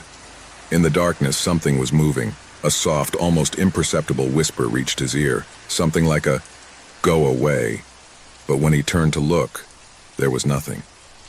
The flashlight trembled in his hand, but his mind remained steady. He told himself that he must continue, that he was an experienced journalist and that nothing could scare him. However, as he made his way through the corridors of the asylum, things began to get worse. The air grew denser and darkness closed in around him. Every time he turned a corner, he felt that something was following him, something sliding behind him, barely perceptible. Each creak of the building seemed more ominous, and the echo of his footsteps was now mingled with inaudible whispers coming from all directions. In one of the rooms he found, an old wooden door opened with a low creak. Samuel pushed her cautiously and went inside. The room was empty, but in one of the corners there was an abandoned wheelchair covered in dust and cobwebs. On an impulse, Samuel approached her, moving her slightly. It was then that he saw it. A shadow, dark and elongated, slid down the wall, moving rapidly. Samuel watched her, paralyzed. It wasn't a shadow cast by his flashlight, but something else, something he couldn't identify, but which filled him with a visceral terror. A shudder ran through his body. The air seemed to become even heavier, and a pressure in his chest made him breathe heavily. The feeling of being watched intensified. He turned toward the door, but it slammed shut, echoing throughout the building. Samuel tried to open it, but it was locked. Something or someone was catching him in that place. Suddenly, he heard footsteps behind him, soft but steady, getting closer and closer. He turned around, but there was nothing. Only the darkness and his breath that resounded in his ears. However, the steps continued. The sound was clear and close. It was not his imagination. Something was following him, something moving with him, adjusting to his movements, waiting for the right moment to catch him. Fear began to take hold of him, and for a moment he thought about giving up, about running away, but something kept him there, an invisible force that kept him anchored to that place. Suddenly, a soft, raspy voice whispered in his ear, as if coming from deep within the asylum. "We know what you fear, what you have come for. You can't escape us." Samuel felt a chill run down his spine. The voice was charged with indescribable evil, and it made his skin crawl. It was as if the very walls of the asylum were speaking to him, as if the whole building had a life of its own. With his eyes bulging, Samuel began to run, banging on the walls and opening doors desperately. The corridor seemed to lengthen endlessly, and the doors he was trying to open were closed. The building wouldn't let him escape, as if he had absolute control over it. The footsteps continued to echo in his back, getting closer and closer, until a cold sweat covered his forehead. Reaching a staircase at the end of the hallway, Samuel hurried upstairs, but something stopped him. A shudder ran through her body as she noticed that the shadows around her seemed to lengthen and take shapes, human figures, but distorted, deformed, as if the souls of the missing patients had been trapped in the asylum. The shadows stretched towards him, his invisible arms trying to touch him, to grab him. A cold hand touched his shoulder. Samuel screamed, but no sound came out of his mouth. He turned quickly, finding himself face to face with a pale figure, empty-eyed and a face twisted with suffering. The figure smiled, and its lips slowly parted, revealing a row of sharp teeth. Fear paralyzed Samuel.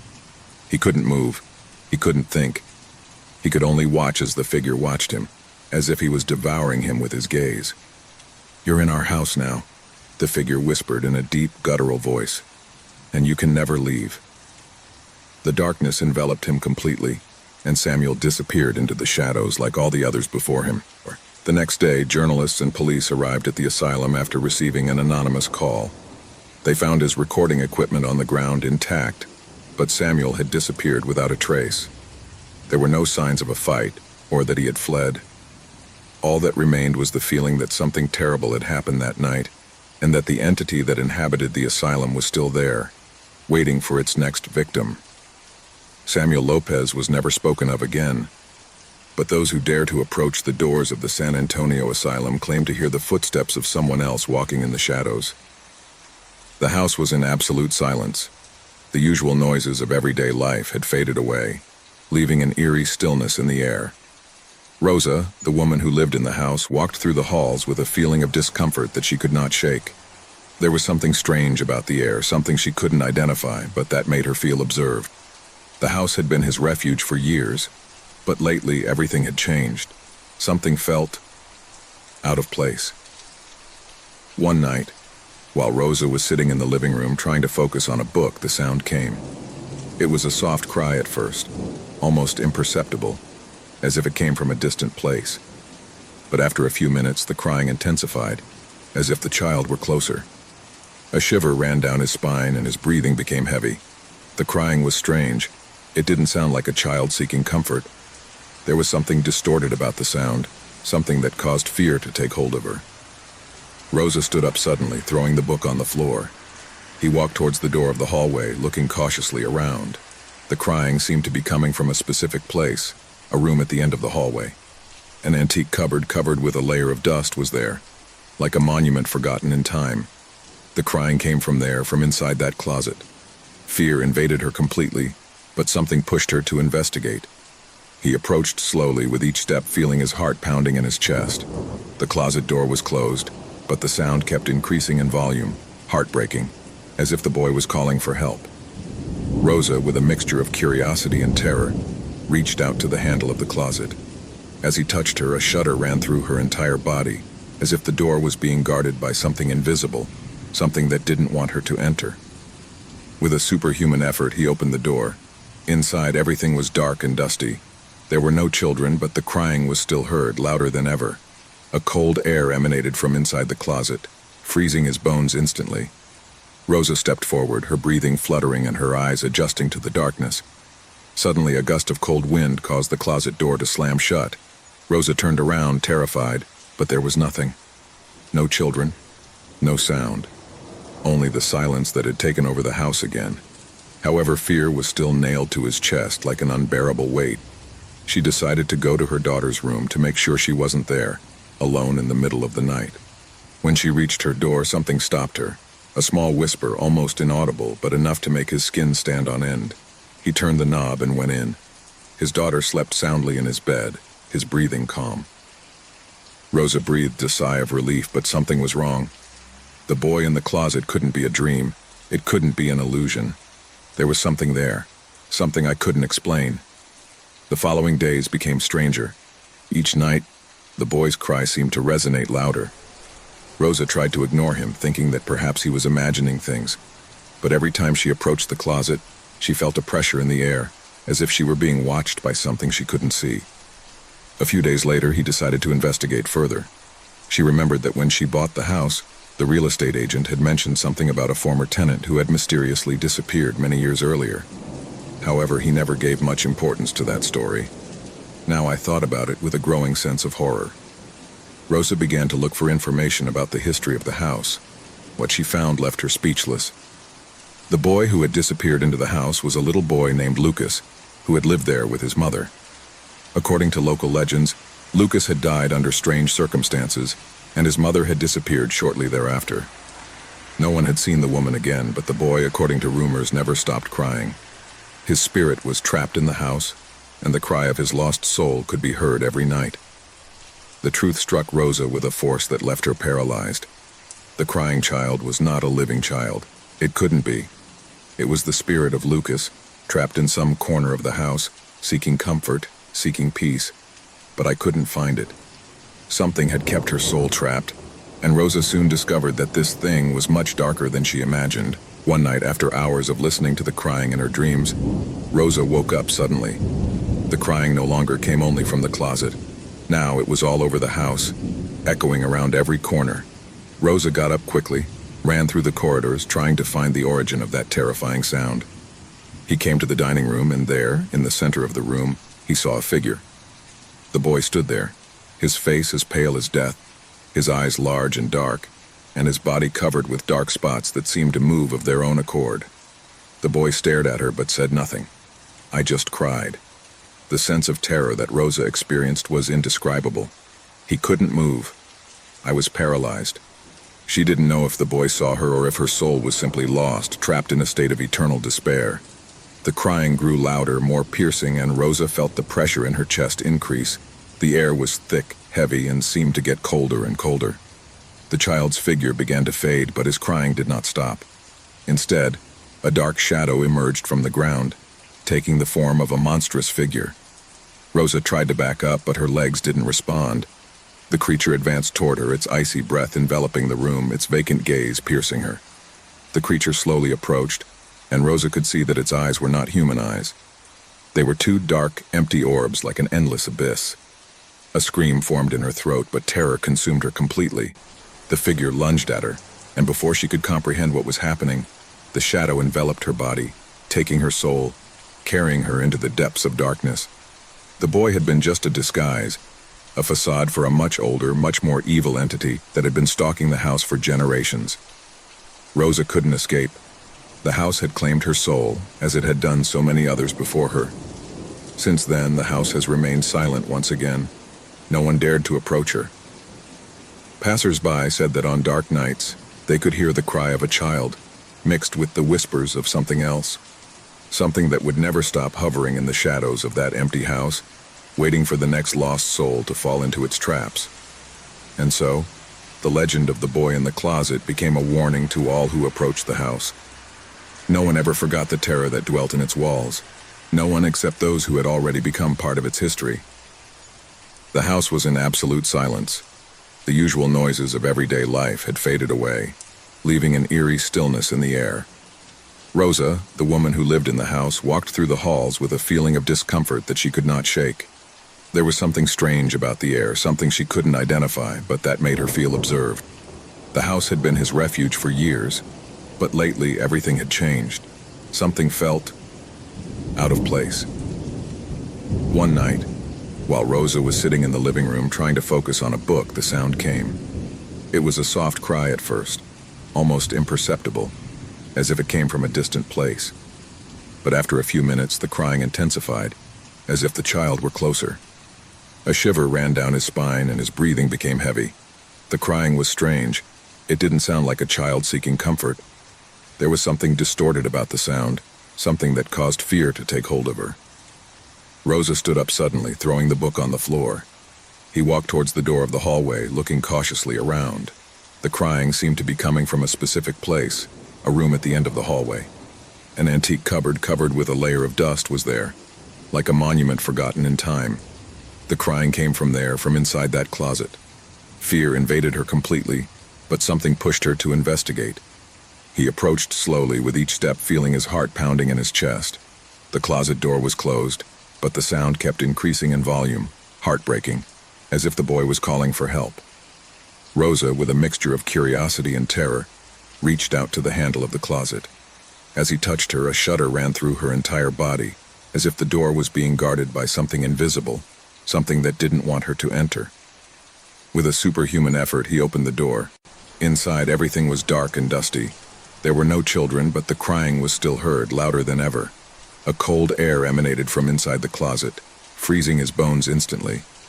Rosa stepped forward, her breathing fluttering and her eyes adjusting to the darkness. Suddenly, a gust of cold wind caused the closet door to slam shut.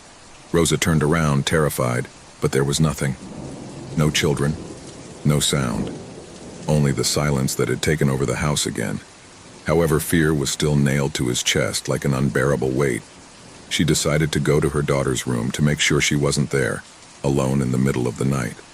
When she reached her door, something stopped her. A small whisper, almost inaudible, but enough to make his skin stand on end. He turned the knob and went in. His daughter slept soundly in his bed, his breathing calm. Rosa breathed a sigh of relief, but something was wrong. The boy in the closet couldn't be a dream. It couldn't be an illusion. There was something there, something I couldn't explain. The following days became stranger.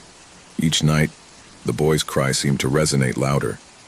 Rosa tried to ignore him, thinking that perhaps he was imagining things. But every time she approached the closet, she felt a pressure in the air, as if she were being watched by something she couldn't see. A few days later, he decided to investigate further. She remembered that when she bought the house, the real estate agent had mentioned something about a former tenant who had mysteriously disappeared many years earlier. However, he never gave much importance to that story. Now I thought about it with a growing sense of horror. Rosa began to look for information about the history of the house. What she found left her speechless.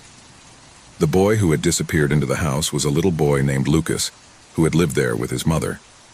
According to local legends, Lucas had died under strange circumstances, and his mother had disappeared shortly thereafter. No one had seen the woman again, but the boy, according to rumors, never stopped crying. His spirit was trapped in the house, and the cry of his lost soul could be heard every night. The truth struck Rosa with a force that left her paralyzed. The crying child was not a living child. It couldn't be. It was the spirit of Lucas, trapped in some corner of the house, seeking comfort, seeking peace. But I couldn't find it. Something had kept her soul trapped, and Rosa soon discovered that this thing was much darker than she imagined. One night, after hours of listening to the crying in her dreams, Rosa woke up suddenly. The crying no longer came only from the closet. Now it was all over the house, echoing around every corner. Rosa got up quickly, ran through the corridors, trying to find the origin of that terrifying sound. He came to the dining room, and there, in the center of the room, he saw a figure. The boy stood there, his face as pale as death, his eyes large and dark, and his body covered with dark spots that seemed to move of their own accord. The boy stared at her but said nothing. I just cried. The sense of terror that Rosa experienced was indescribable. He couldn't move. I was paralyzed. She didn't know if the boy saw her or if her soul was simply lost, trapped in a state of eternal despair. The crying grew louder, more piercing, and Rosa felt the pressure in her chest increase. The air was thick, heavy, and seemed to get colder and colder. The child's figure began to fade, but his crying did not stop. Instead, a dark shadow emerged from the ground, taking the form of a monstrous figure. Rosa tried to back up, but her legs didn't respond. The creature advanced toward her, its icy breath enveloping the room, its vacant gaze piercing her. The creature slowly approached, and Rosa could see that its eyes were not human eyes. They were two dark, empty orbs like an endless abyss. A scream formed in her throat, but terror consumed her completely. The figure lunged at her, and before she could comprehend what was happening, the shadow enveloped her body, taking her soul, carrying her into the depths of darkness. The boy had been just a disguise, a facade for a much older, much more evil entity that had been stalking the house for generations. Rosa couldn't escape. The house had claimed her soul, as it had done so many others before her. Since then, the house has remained silent once again. No one dared to approach her. Passers-by said that on dark nights, they could hear the cry of a child, mixed with the whispers of something else. Something that would never stop hovering in the shadows of that empty house, waiting for the next lost soul to fall into its traps. And so, the legend of the boy in the closet became a warning to all who approached the house. No one ever forgot the terror that dwelt in its walls. No one except those who had already become part of its history. The house was quiet, as was to be expected at that time of night. A deep, almost oppressive silence that invaded every corner of the house. Joseph was in his bed, staring at the ceiling, unable to sleep. Since his wife, Anna, had died, everything had changed. The house was no longer the same, and the emptiness left by it was unbearable. Everything in her life seemed to have a gray tinge, a sense of loss that couldn't be dissipated, no matter how hard she tried. Every night in her bed, she felt that something was missing, something that she could never recover. That night, however, the air was different, heavier. The clock struck 3 o'clock in the morning, and Jose still couldn't find comfort. Suddenly, the phone began to ring, interrupting the stillness. It was an unusual sound in the house, as rarely did anyone call him at that hour. The sound of the ringing of the call was almost deafening in the silence, as if it was marked by some kind of foreshadowing. Jose, confused and somewhat frightened, sat up on the bed and looked at the phone. He didn't recognize the number on the screen, but something inside him made him feel like he had to answer. Maybe he thought it was a mistake, some kind of joke from someone playing on his pain. But the truth was that he was too curious and at the same time scared to ignore the call. Breathing heavily, he picked up the phone. "Hello," he said, his voice trembling, hardly knowing why he said it. At first, there was only absolute silence, as deep as there was in the house.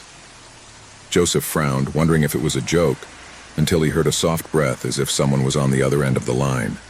A familiar breath, but one that I did not fully recognize. It was trembling, somewhat broken breathing, as if she were struggling to stay calm. And then the voice, soft and muffled, emerged into the earpiece. The voice that Joseph never thought he would hear again. The voice of Hannah, his late wife. It was unmistakable. "Jose, help me." The whole world stopped for an instant. His heart stopped in his chest. Anna's figure, her image, her voice had disappeared from her life months ago. But now, somehow, she was back. The feeling of terror invaded him completely. Was it possible? How could it be her? "Anna? No, this can't be happening," he said, his voice trembling, feeling his mind fogging up, but still clinging to the idea that it might be a hallucination or some kind of trick. "Jose, please help me. I'm trapped. I can't get out," Anna's voice told him with palpable desperation. Joseph looked around the room as if expecting to see something, some hint that he was dreaming. Everything was in place. Everything seemed normal. But the feeling that something strange, something dark, was beginning to settle over the house did not leave him calm. The call continued, and his wife's voice did not stop asking for help. Panic began to rise through his chest, choking his breath. I didn't know what to think, what to believe, but I had to do something. "Anna, where are you?" "What's going on?" he asked, almost begging, looking at every corner of the room as if she could appear out of nowhere in front of him. In the house," replied the voice, which now sounded more distorted, more trembling, as if something were interfering with the communication. Anne's voice died briefly away, and Joseph could hear some strange noises in the background, low noises as if someone is walking through the house. His breathing quickened and his hands began to sweat. Was he listening to what he thought he was hearing? "Who's there?" he asked, almost unable to articulate the words. The response was a low laugh, a deep, malevolent sound that chilled Joseph's blood. It was a laugh that didn't belong to his wife, but to something else. Something he couldn't understand. Something that had no form. A shiver ran down his spine. The phone began to emit a series of strange sounds as if the call was being interfered with by something else. And then the voice returned, but now it was much deeper, more ominous. "Jose, don't go. Don't go." The warning only intensified the fear in his chest. Something was wrong. Something dark and sinister had taken the place where he had previously lived with Anna. Joseph got out of bed, the phone still pressed to his ear, and with slow steps, began to walk toward the bedroom door. The sound of the ringing of the call, the buzzing on the line, followed as a constant reminder that something was wrong. Every step he took toward the door was a struggle, a battle between the fear that built up inside him and the need to understand what was happening.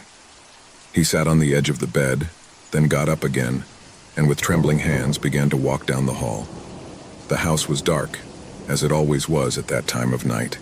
Every creak of the floor beneath his feet seemed to resonate as a sign that something was lurking in the shadows. The house, which had once been his home, now seemed a strange and uninhabited place, full of presences that could not be seen, but that were felt in every corner. With the phone still in his hand, Jose approached the lobby and saw something that made him stop in his tracks. A figure was gliding down the dark hallway, a figure he couldn't clearly distinguish but which looked familiar. It seemed to be flowing, as if it wasn't walking but rather gliding. He couldn't see his face, but he felt the presence, as if that figure was watching him. "Anna, is that you?" he said, his voice trembling as if he were looking for some kind of comfort, something that would give meaning to what he was experiencing. The figure paused for a moment and then faded into the darkness. Fear filled Jose's chest, but even with the phone in his hand, he could not take his eyes off the hallway. A loud knock on the front door broke the silence, a sound so loud that it echoed throughout the house. Joseph took a step back, scared, as his mind tried to process everything that was happening. He slowly approached the door, his breathing being the only thing he could hear. When he reached the door, An icy cold ran through his skin, and a shudder shook him completely. He opened the door cautiously, but there was no one on the other side. Nothing, just the cold night wind. He looked back into the house, and that's when he saw him. In the hallway, a face. A face that belonged to someone who couldn't be real. It was not Anna's face or anyone he knew. It was something else, something moving towards him, slowly approaching. The face was pale, lifeless, with eyes that seemed empty, but with an expression of despair. The hair was messy, and the mouth, which moved slowly, uttered words that Joseph could not understand. At that point, the call was abruptly cut off. The phone fell from his hands, and he stepped back, staring in horror at the figure fading into the darkness. The house was quiet again. Too much silence. As if everything was suspended in the air, waiting for something else to happen. Joseph, paralyzed by fear, did not know what to do. Was his mind playing a cruel joke on him? Was it a dream? No, what I was experiencing could not be real, but the feeling that something dark had invaded her home was so strong that she couldn't ignore it. He felt a cold presence, the feeling that he was not alone, and at that moment he understood everything. The call, the figure, the voice of Anna. She hadn't been asking for help. She had been a warning. The house was now being occupied by something else, something that should not be there. The door to the hall slammed shut. The lights flickered and went out. Joseph looked around, completely surrounded by darkness. He was no longer alone. The old house on the outskirts of the city seemed to be an ideal retreat for a man tired of the hustle and bustle of modern life. From the first moment he walked through his dusty yard and observed the crumbling walls of the house, something inside him told him that this would be his new abode. He had fallen on hard times, and the desolate place offered a kind of silent peace. The house was large, with long hallways and steps that creaked with every step. The air seemed thick, as if he was waiting for something, but the man didn't pay much attention to it. He was accustomed to solitude, and his life had always been a kind of emptiness, only full of work and misery. He did not expect that the house would change him, much less that it would awaken something in him that would haunt him until the end of his days. The man, whose name was Andrew, had acquired the property for a fraction of the original price. It didn't matter that the house was in ruins. He was determined to restore it, and that would be his project. It was all I needed, a purpose. At first, everything seemed normal. The house was full of dust and cobwebs, but nothing he couldn't clean and repair. However, on the second day of his move, while inspecting the basement, something strange happened. When he walked down the creaky stairs, he noticed an antique door that was slightly ajar. I had never seen that door before. It wasn't in the plans of the house, nor in the descriptions the realtor had given her. He decided to investigate. As he approached the door, a strange sensation ran down his spine. Something in the air was heavy, as if something was watching him. But Andrew was not one to be easily intimidated. He decided to open it. As he did so, a deafening creak filled the room, as if the world was complaining about that door opening. On the other side, he found a room that had been locked for many years. It was not a common room. He was completely isolated from the rest of the house, as if he had never been a part of it. The room was empty, save for an old wooden chair, worn by time. But what really gave him a chill was the mirror hanging on the wall. The frame was covered in dust, but what really disturbed him was his reflection. He saw himself, but in a strange way, as if something or someone else was there with him. He didn't flinch. He thought it was just an illusion brought on by the darkness. However, upon closer investigation, he found something even more disturbing. In one corner, under a layer of dust, was a small pile of personal belongings. Small memories that clearly weren't his. A pocket watch, a yellowed letter, a couple of crumpled photos. At that moment, the air around him seemed to become denser. Andres looked around, but the feeling of being watched became unbearable. He didn't know why, but he felt that something or someone had been there long before him. Something that I didn't want him to be there. Something that was waiting for him. The first night he spent in the house was strange. Andres felt restless, as if the house were alive, watching him, following his every move. In the early morning, he woke up suddenly, with the feeling that something had changed. There was a shadow in the hallway, a movement he couldn't identify. At first he thought he was dreaming, but when he got up, he realized that the lights in the house were off, and the only thing illuminating the darkness was the faint moonlight coming in through the broken windows. He tried to ignore it, but that nagging sense of being watched began to intensify. He decided to investigate the basement further, and this time he didn't limit himself to the hidden room. He walked down the long hallway, surrounded by walls that creaked as he went. Something inside him told him that he should find out what was happening in that house. Something was not right. That's when she saw it. In the deepest part of the basement, in one of the walls, there was a small crack. The crack was so subtle that it had gone unnoticed, but Andres felt that he could not ignore it.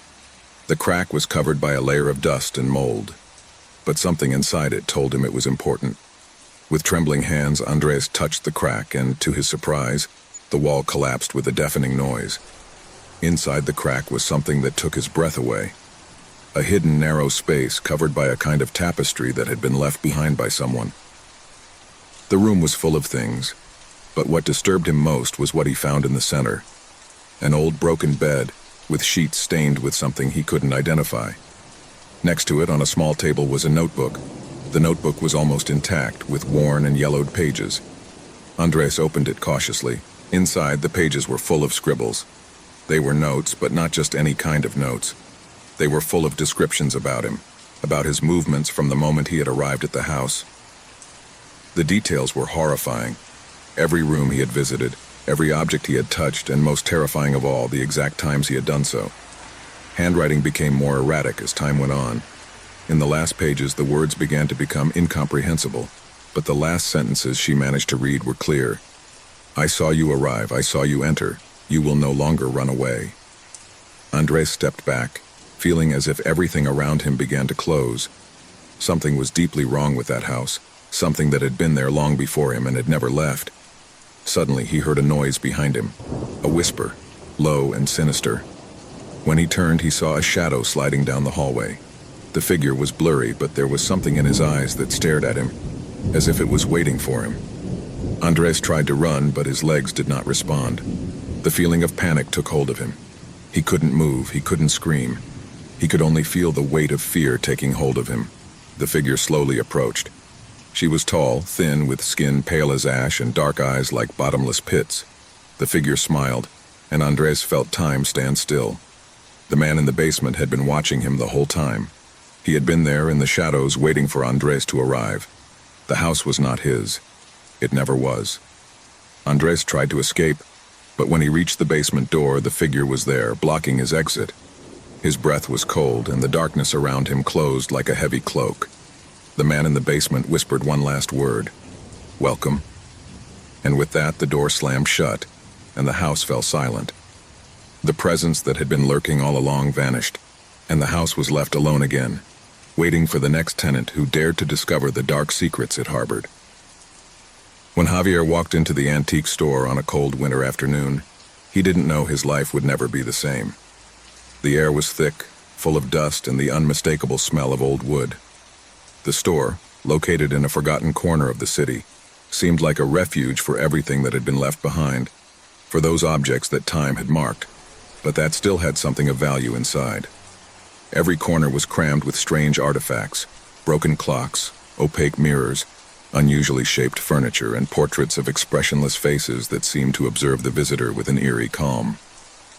Javier had been attracted to the store by a strange sensation, something inexplicable that had pushed him to enter. The owner, an elderly man, sat behind a counter full of more items for sale, his eyes hidden behind thick glasses.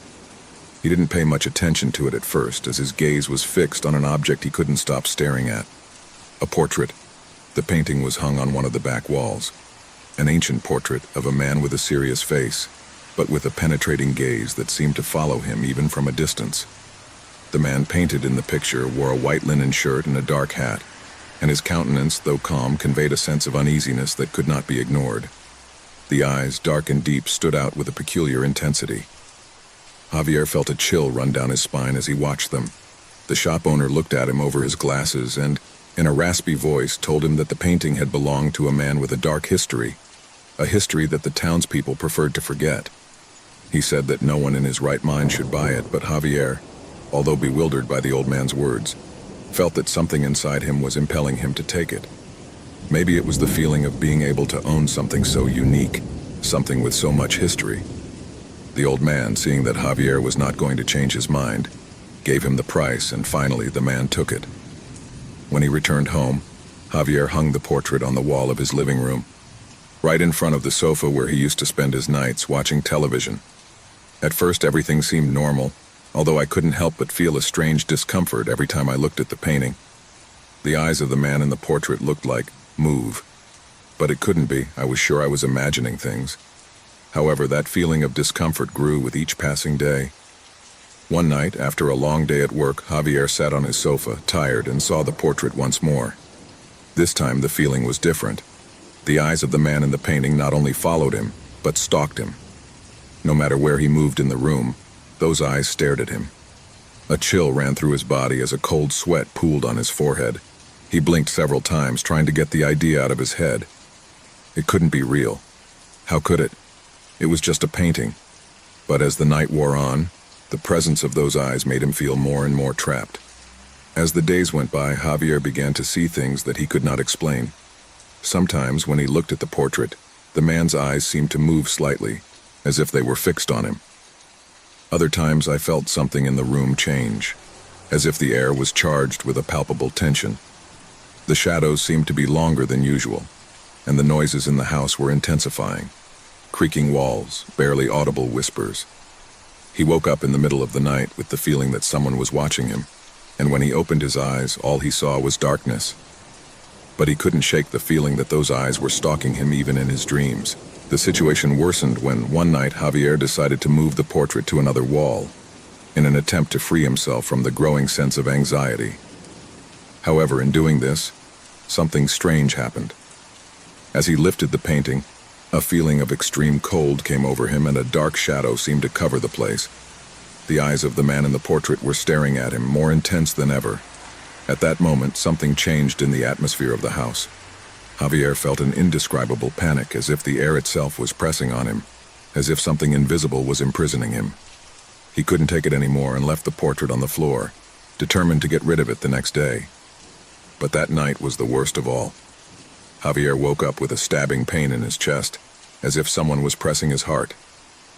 He sat up in bed, looking around, and it was then that he saw something he would never forget. The man in the portrait was standing on the threshold of his room door. His figure was dull, blurred, but his eyes were still the same, those eyes that had haunted him since day one. It was not a dream. It couldn't be. Javier tried to scream, but his voice did not come out. Terror paralyzed him. The man in the portrait began to walk towards him, and with each step, the ground creaked under his weight. Javier tried to move, to get up, but his body did not respond. He was trapped, completely at the mercy of that evil presence that was advancing towards him.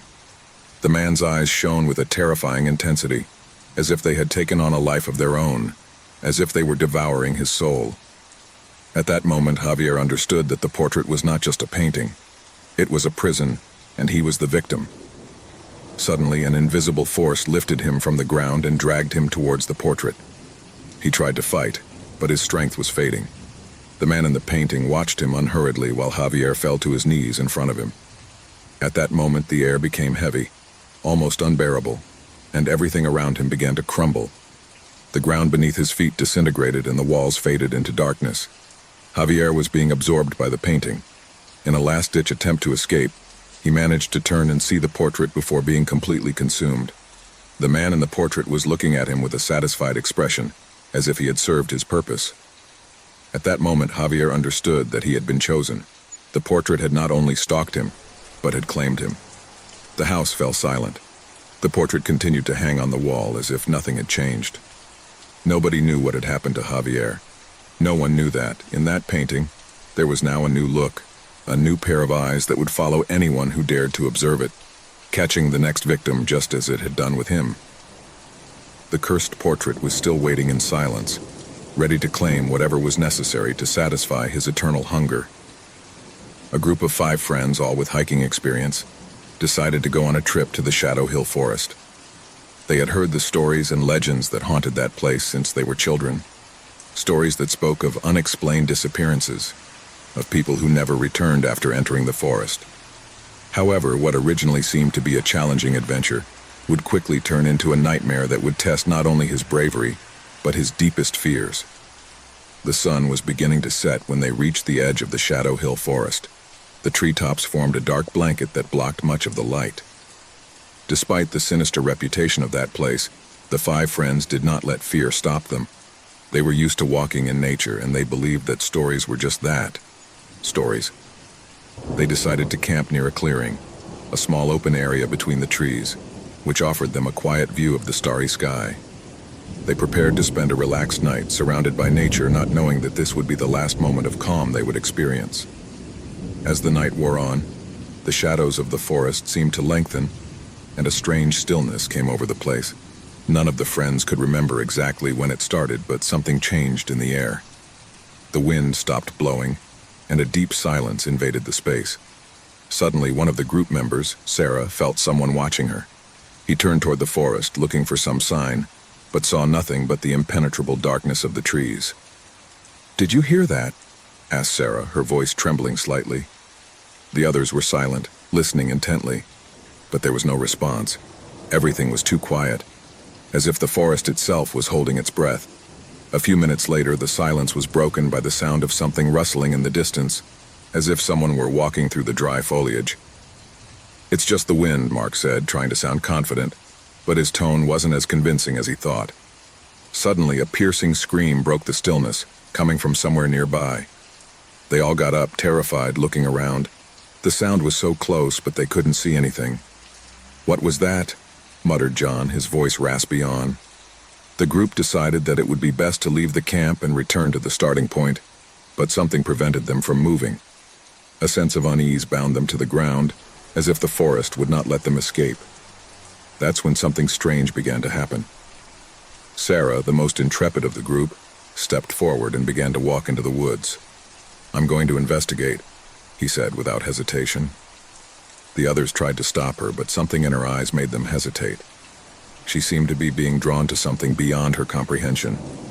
Suddenly, Sarah disappeared into the trees, as if the forest itself had swallowed her. His friends called his name, but there was no answer. The darkness swallowed all sound, and panic began to take hold of them. "Sarah!" Mark shouted desperately, running to where he had last seen her. But when he reached the edge of the forest, he found only a series of strange footprints, deeply marked on the ground, which disappeared into the blackness of the forest. There was no trace of her. The friends stared at the footprints, terrified. They knew something wasn't right, but the darkness prevented them from seeing beyond. They decided to look for it, but as they went along, the atmosphere of the forest seemed to become denser, as if they were being watched by something they couldn't comprehend. The footprints were getting stranger, as if something had painted them on purpose.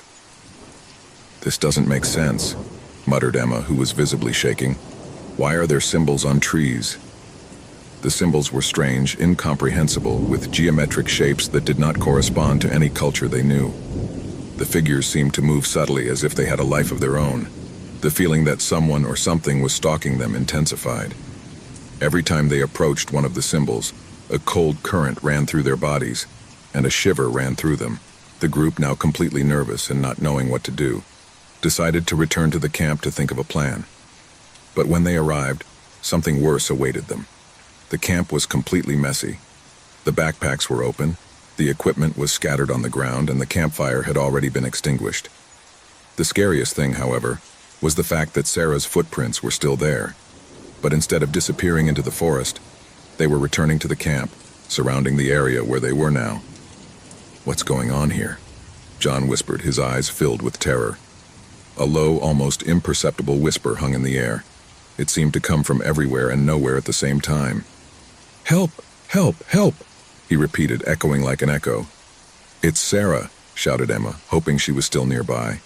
But the echo only multiplied, repeating the name of each member of the group, distorted and sinister. In the background, something moved quickly among the trees. A low whistle, like that of a creature in the dark, cut through the air. Panic broke out. Suddenly, Mark disappeared. None of them saw him leave, but when they turned their heads to look for him, he was gone. Only the footprints remained, which seemed to crawl into the forest, into the deep and unreachable. With terror running high, the group began to run, but every step they took seemed to be in vain. The forest, which had at first seemed like a challenge, now closed in on them like a trap. Darkness enveloped them. Branches creaked as if something was moving quickly, and the voices of their missing comrades echoed in their ears. One by one, the figures of friends began to disappear. First Emma, then John, and finally only Clara remained, looking around in horror, unable to comprehend what was happening.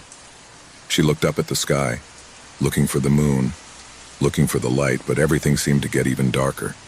The ground beneath his feet began to shake. And then, he saw it. From deep within the forest, a tall, thin figure emerged from the shadows. It wasn't human, but it wasn't a beast either. His face was covered by a black cloak, and his eyes shone with a deep, piercing green glow that seemed to pierce his soul. The creature raised a hand, and Clara felt a pressure in her chest, an excruciating pain that forced her to fall to her knees. "Welcome, Clara," whispered a deep, guttural voice as if coming from the very bowels of the forest. "You're the last." With a final scream, Clara disappeared, swallowed by the darkness. The forest of Shadow Hill had claimed its last victim. The echoes of the lost voices echoed through the air, while the symbols on the trees shone with a spectral light. No one else came back from that forest. And the cycle continued, waiting for new unwary people who, like the group of hikers, would challenge the legend and disappear one by one into the darkness of Shadow Hill. The cabin was located deep in a dense forest where the echo of the wind seemed to be silenced as it moved through the trees. No one bothered to come this way, and that was exactly what made the place ideal for the party they had planned. A group of friends, between laughter and jokes, had decided to get away from it all, disconnect from the noise of the city, and spend a weekend with friends. No one imagined that this choice would be the worst mistake of their lives. The cabin, although small and old, had something cozy about it. The wooden ceiling creaked under the weight of time, but the walls, though worn, seemed to have their own character. A place away from civilization, where they could do whatever they wanted without worrying about being disturbed. The arrival was simple. The car went up a steep dirt road, and when they finally arrived, they all went out in unison, eager to see the place. Laughter filled the air as they unloaded their suitcases and settled into the space. Night after night, the group became more and more relaxed. They talked about everything: old stories, anecdotes, rumors that were told about that part of the forest. But no one at the time stopped to think about the meaning of those stories. The idea that the place was marked by something strange, something they shouldn't have touched, was just superstition. That night, the temperature had dropped dramatically. The flames of the fire crackled, warming the central room where they stood. Candlelight flickered, creating shadows that danced against the walls, and laughter followed one after another, while the group played a board game without worrying about time. It was a typical winter night in the woods, but when the conversation began to wane, something in the air changed. The breeze that was once gentle transformed into a strange whisper as if something was watching. They all felt it at the same time, like a chill running down their spine. "Did you hear that?" one of the girls asked, her voice hesitant. The others were silent, trying to catch that sound that had frozen their skin. A crunch, a whisper. Something was moving outside the cabin. "It's just the wind," one of the boys tried to reassure them, but his voice didn't sound convinced. Suddenly, the candles shook as if a gust of wind had touched them, but the windows were closed. In an instant, the darkness of the night grew denser, and the sound of the rustling branches intensified, as if the forest itself began to approach them. That's when something strange happened. The moon, which had previously been seen through the window, disappeared completely, plunging everything into impenetrable darkness. The hut, which until that moment seemed safe, now felt vulnerable, as if nature itself had ceased to protect it. "What happened to the moon?" asked a girl in a trembling voice, looking up at the sky. The darkness was so deep that not even the stars were visible. "It must be an eclipse," one of the boys suggested, but his tone didn't convince anyone. Something was not right. The feeling of being watched intensified, and a heavy weight seemed to have settled on his shoulders. The air began to grow colder, and the silence outside the cabin became deep, almost suffocating. In that silence, everyone could clearly hear their heartbeats racing and synchronized. "I'm going to look outside," said the most daring boy, Tomas. Although he wasn't entirely sure what he'd felt, something was pushing him out. Everyone fell silent as he made his way to the door, which creaked as it opened. The fog had begun to lift, darkening the surroundings even more. Thomas took a step out of the cabin, and the cold enveloped him immediately. The air was dense, as if the atmosphere itself were charged with a strange pressure. He looked up at the sky, but there was no moon, only a blackness so deep that it seemed to swallow everything in its path. He turned to return to the interior when suddenly, he heard a whisper beside him. A low, distorted whisper, as if someone or something is calling him. He turned sharply but saw nothing. The fog enveloped him completely, making him feel trapped. "This is not right," he muttered to himself, hurrying back to the cabin. But just as he was about to take a step toward the door, he heard a low creak as if something was crawling behind him. "Thomas!" his friends shouted from inside, but he did not answer. The door closed by itself and silence returned to the cabin. No one dared to move, but their minds were filled with questions. What had happened to Thomas? At that moment, something slipped under the door, an almost imperceptible touch that only those closest to it could hear. It was as if a shadow without any form was lurking. The darkness wasn't just outside. Now something had infiltrated inside the cabin. In the distance, one of the boys, Lucas, tried to light a flashlight, but he couldn't get it to turn on. Somehow the darkness turned it off, absorbed any attempt at light. In the distance, at the edge of vision, something moved rapidly, and a piercing scream echoed from outside. Without thinking, the group got up and ran to the window. But when they looked, they saw nothing, only more darkness. Something was stalking them, something hiding in the shadows, waiting for the right moment to strike. But the worst was not what they could see. It was what they could not see. As the hours passed, the tension in the cabin increased. Fear took hold of each of them, and soon paranoia set in. No one wanted to be alone. No one dared to go out into the dark. They were trapped. Something was stalking them, and the moon, which no longer existed, had shown them the true face of that darkness that surrounded them. But no one yet knew what was stalking them or how they could escape. All they knew was that if they didn't find a solution soon, one by one they would disappear, swallowed by the same darkness that had surrounded them that moonless night. A group of friends, tired of the daily routine, decided to venture out on a camping weekend. They sought to get away from the noise of the city, disconnect from technology, and enjoy nature. The forest, deep and mysterious, seemed the perfect place for his escape. They never imagined that they would enter a nightmare that would mark their lives forever. It was a Saturday afternoon when they arrived at the clearing where they set up camp. Around him, trees rose like dark giants, their elongated shadows stretching in all directions. The atmosphere was dense, almost oppressive, as if the forest itself were watching his every move. However, in their enthusiasm for adventure, they didn't pay too much attention to the warning signs emanating from the place. After settling in, they decided to explore the forest. They entered a path that seemed to take them even deeper into the heart of the forest. As they walked, the lushness of the place became more unsettling, as if the vegetation enveloped them and hid them from the outside world. Soon they came to a small cabin that seemed to have been there for decades, covered in moss and with broken windows. The atmosphere was gloomy and decadent. "Should we go in?" asked Laura, the most fearful of the group. Everyone looked at her, but no one answered immediately. The place exuded a sense of abandonment and mystery, and despite the latent fear, a strange curiosity pushed them to approach. They decided to go in. The door creaked as it opened, and a heavy, stale air greeted them. Inside, darkness seemed to embrace everything around him. Dust covered every surface, and the air was thick, as if time itself had stopped within those walls. However, there were no signs of life, no animal, no sound, just an absolute silence that was more terrifying than any noise. "What happened here?" muttered Tomas, the most adventurous of the group. He looked around, looking for clues that explained the abandonment of that place, but he found nothing that gave answers. Then, something caught his attention. A strange dark spot on the ground, as if something or someone had crawled there. He couldn't help but feel a growing uneasiness. The group began to explore more cautiously. They walked through the rooms, each one more somber than the last, but there was nothing out of the ordinary, except for an uncomfortable feeling that was intensifying. That's when Emily, the most outgoing of the group, heard something. A whisper, as if someone were muttering his name in the distance. His eyes widened and a wave of fear swept through his body. "Did you hear it?" he asked, trembling. The others looked around, but there was nothing, only the sepulchral silence. However, that unsettling feeling did not go away. Suddenly, as they explored the upper floor, a heart-rending scream broke the silence. It was Tomas's cry. They quickly ran to the source of the sound, but when they arrived, Tomas was gone. The place where he had been had only a trace of scrambled earth, as if something had dragged him with force. "Where is he?" shouted Laura, her voice filled with panic. The others didn't know what to think. Had it been an accident? Or was something much more sinister going on?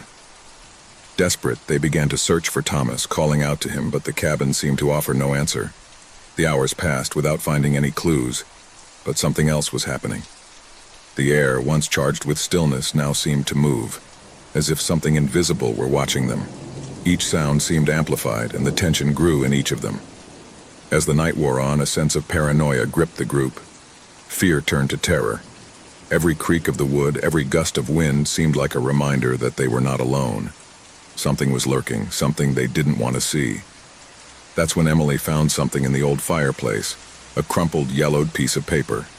He unrolled it with trembling hands and read in a low voice, "In this place, no one stays forever. Shadows walk among us, and when the full moon comes, they will all disappear, one by one." Panic took hold of them. What did that mean? And why was the hut so empty? And why had Thomas disappeared? They tried to flee, but the forest seemed to have closed in on them. There were no trails that would take them back to camp. Each attempt to return only plunged them deeper and deeper into a maze of trees. It was as if the forest itself was catching them. The darkness seemed to have a life of its own. When they finally managed to find their way back, the cabin was gone. What once seemed to be a solid, real structure had now vanished, as if it had never existed. Desperate, they began to shout for Tomas, but only the echo of their voices responded. Fear was transformed into pure terror. Tomas's disappearance was never solved, and his friends never spoke of what happened. However, each of them carried with them the memory of that terrifying night, a night that changed them forever. In their hearts, they knew that what happened in that forest was not an accident. Something dark and evil had awakened there, and now no one was safe. Years later, the camp was found empty. Investigators who tried to inquire about previous disappearances in the forest never returned.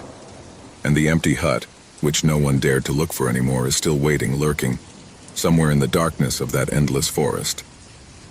It was a gray day when Daniel and Laura decided to escape the hustle and bustle of the city. After months of constant stress, they decided that all they needed was the fresh air of the forest and the tranquility of a cabin away from everything. A couple of days, just the two of them, surrounded by nature, where they could relax without worries. The cabin they rented was in a small, secluded corner, where there were no houses nearby and hardly any phone signals.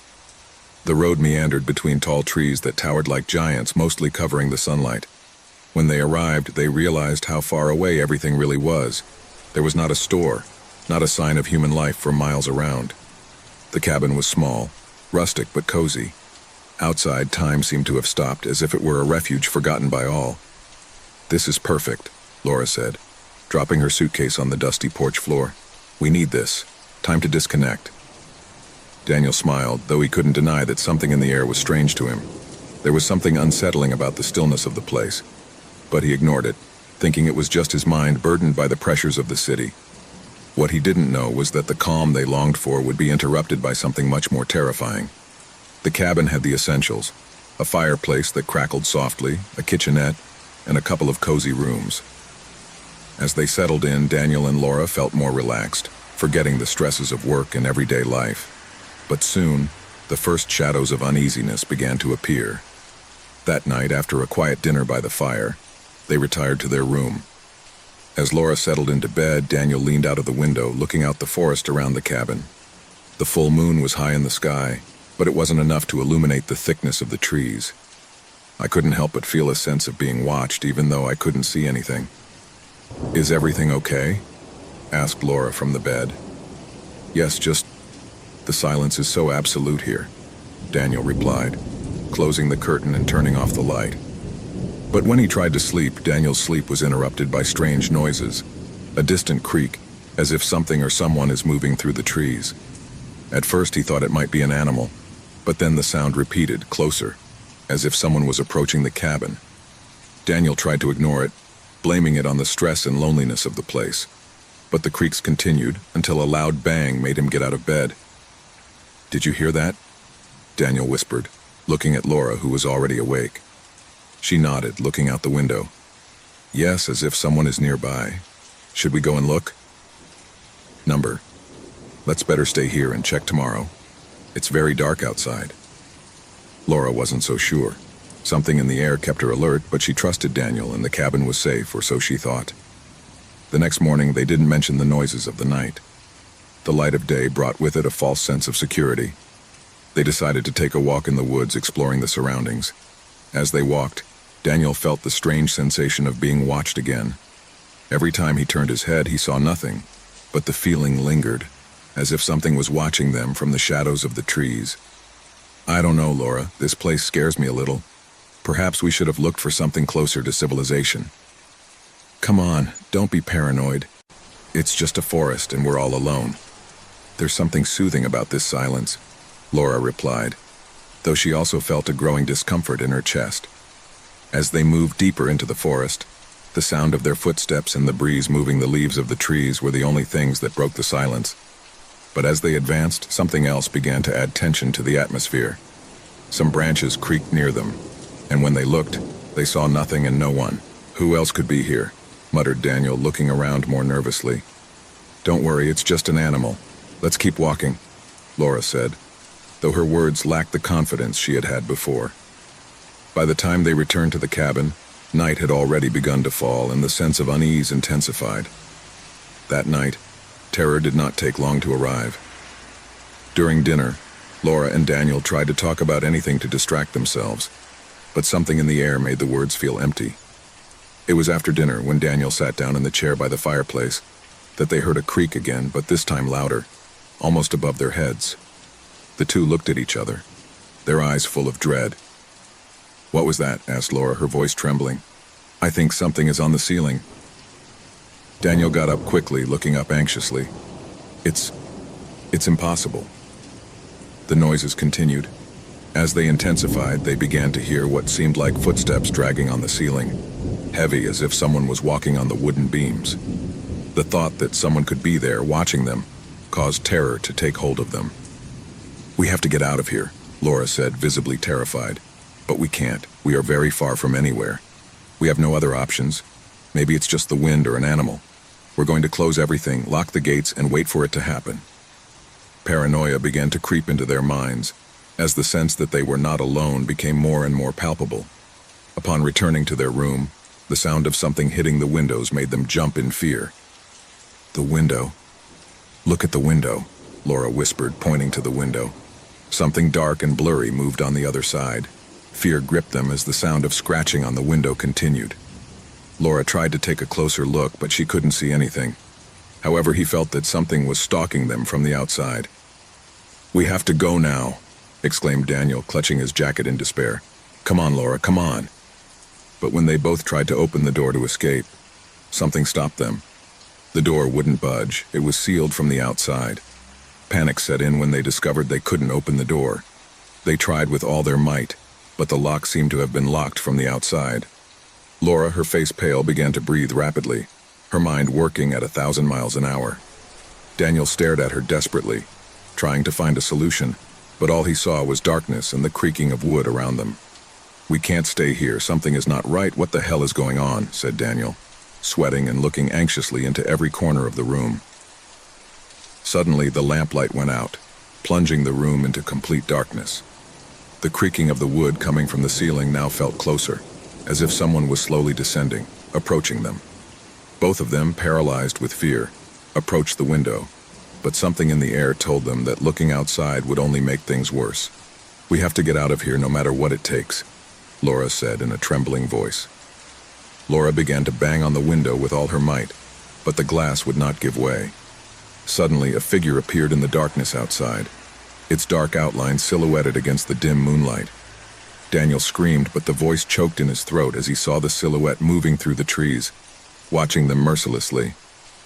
"What is that?" "Who's there?" asked Laura, her voice breaking. There was no response, only the growing sense that something horrible was about to happen. The figure stood there, motionless, its eyes fixed on them. Panic began to engulf them as they tried to find a way out, but the feeling that they were being watched only intensified. "Help me!" shouted Laura, finally giving in to the terror that consumed her. But there was no response.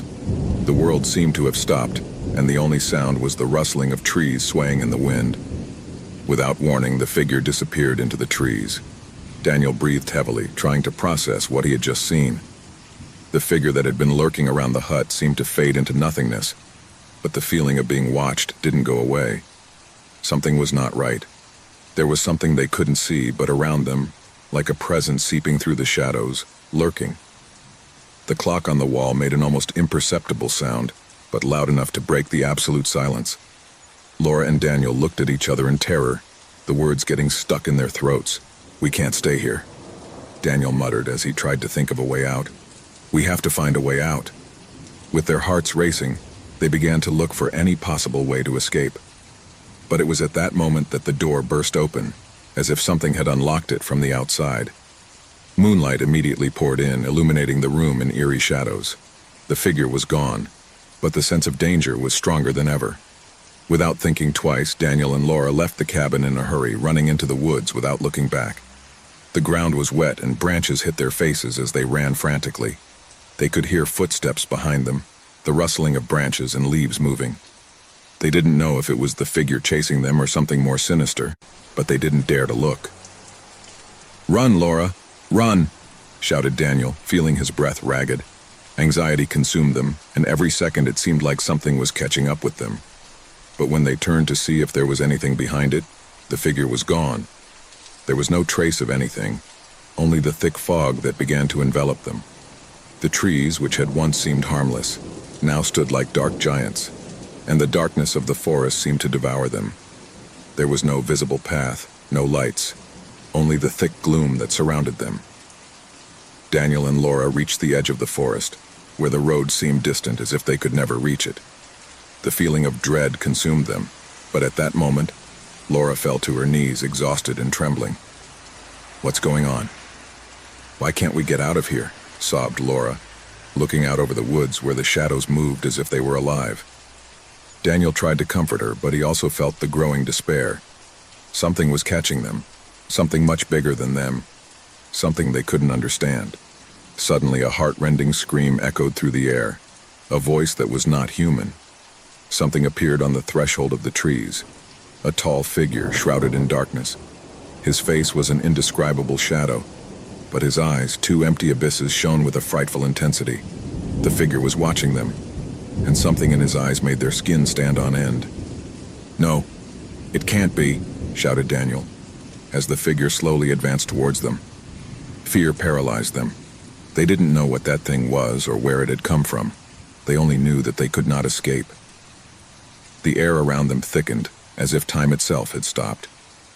The figure raised his arm, pointing at them, and a barely audible whisper could be heard in the wind. Laura and Daniel's name was whispered in their ears like a distant echo. Suddenly, the ground beneath their feet began to shake, and an invisible force pushed them to the ground. Fear turned to absolute terror. They were no longer in the same place. They had been transported to another world, a gloomy and dark place, where the trees twisted into grotesque shapes, and the air was thick and oppressive.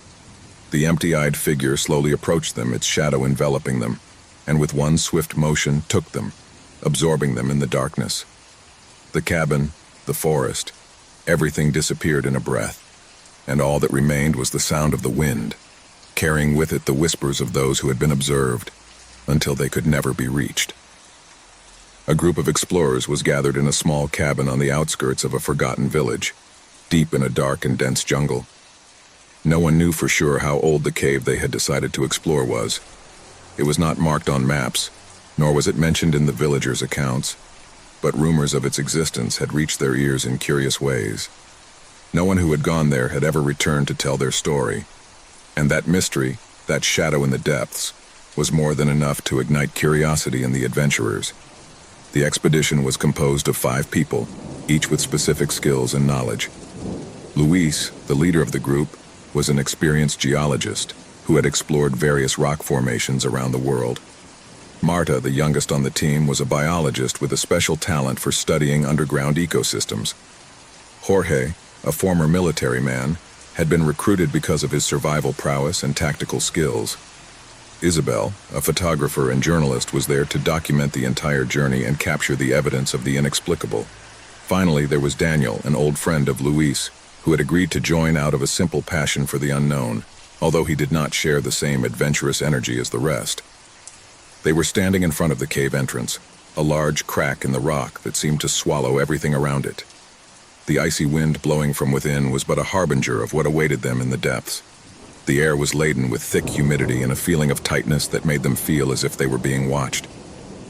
Luis gave the signal, and one by one they began to enter the darkness. At first the cave seemed calm. His footsteps echoed on the walls, and the echo lengthened strangely, as if the cave had a life of its own. The light from the flashlights they carried did not illuminate more than a few meters, which increased the feeling of being lost in an endless labyrinth. The walls were covered with moss and lichens, and the air was permeated with a rancid and unpleasant smell. As they advanced, the corridors seemed to narrow, forcing them to walk closer to each other. Suddenly, Marta stumbled upon something. As he looked down, he discovered a strange mark on the ground, a series of symbols carved deep into the rock, so old that they seemed to crumble when touched. "Look at this," he said, his voice trembling slightly. "These are not common symbols. They seem rituals, as if someone had left some kind of warning." Luis bent down to examine the marks. It makes no sense. He shouldn't be here," he murmured, his eyes sweeping over the unusual figure. Isabel began to photograph, and the flash of the camera lit up the walls for a moment. At that moment, something strange happened. There seemed to be a flicker of light at the bottom of the tunnel, a fleeting silhouette that appeared and disappeared so quickly that no one could make out what it was. Fear began to settle in their hearts. "Did anyone else see that?" asked Daniel, his voice barely audible, as if he feared breaking the silence that had gripped the cave. "We must move on," Luis replied, with a firmness that could not hide his growing concern. However, Marta and Jorge seemed undecided. The fear was there, palpable in the air, but his drive to unravel the secrets of the cave was stronger. They continued to advance, and the cave began to change. The walls, once flat and smooth, began to be covered with strange marks and drawings, symbols that seemed to move with the passage of the explorers. The sound of his footsteps became heavier and heavier, as if the cave itself was absorbing his energy. Suddenly, Isabel screamed, her pale face lit by the light of the flashlight. "Look at this," he said, pointing to one of the walls. On the rock, the markings seemed to have come to life, forming figures that shouldn't be there. Twisted shadows of creatures that have never been seen before, or at least not in this world. The scout's eyes widened. The atmosphere had become dense, unbreathable, as if the place were becoming aware of its presence. But the worst was yet to come. As they went farther in, the air became even heavier, permeated with palpable fear. Suddenly, the ground began to shake. A rumbling sound, deep and distant, could be heard through the walls, as if something gigantic was waking up from a long sleep. The cave was not simply a geological formation. It was something much darker, something alive, something that should not be disturbed. The tremor intensified, and murmurs began to be heard from all directions. Like distant whispers, fragments of words that they could not understand, but that caused a deep shudder in their bones. "We have to get out of here," Jorge said, his voice agitated with panic. But when they tried to turn back, they realized that the road they had come by was no longer there. The cave seemed to have changed. The corridors were no longer the same, and the markings on the walls now glowed with a reddish light, as if they were pulsating with a life of their own. A figure appeared in front of them, standing in the hallway. She was tall, dressed in a dark cloak that seemed to float in the air.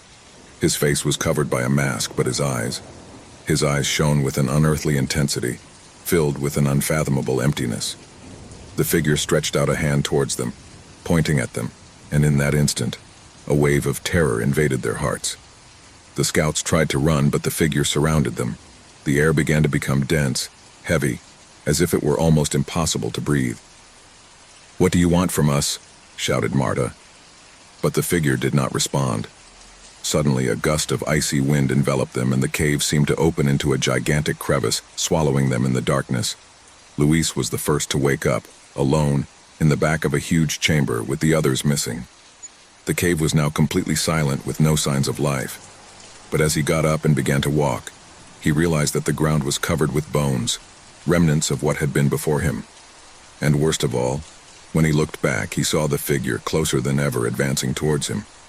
His scream was drowned out by the noise of the cave, and all that remained was its echo. The cave of oblivion had claimed his soul. No one would get out of there alive. Horror, terror, and panic hung over them like an endless nightmare, and the cave was sealed once more, awaiting its next victim. The sun had already set when Thomas, a middle-aged man, stepped into the field. He had traveled for hours on a lonely road, his thoughts scattered, while the trees in the distance seemed to move with the wind in a hypnotic rhythm. The road seemed endless, and with each bend the shadows began to lengthen, as if the day never wanted to give way to the darkness of the night. The atmosphere was strange. A deep silence enveloped everything around him, as if the earth itself held his breath. Tomas didn't know if that was what made his hair stand on end or if it was the persistent feeling of being watched. As the sky went completely dark, his eyes focused on the distant silhouette of a roadside cabin. It seemed like an ideal refuge to spend the night. He stopped in front of the cabin door, hesitating for a moment. The windows were opaque with the passage of time, and the structure seemed to be on the verge of ruin. A pair of dim lights illuminated the interior through the windows, which gave him a sense of welcome, although something inside told him not to enter.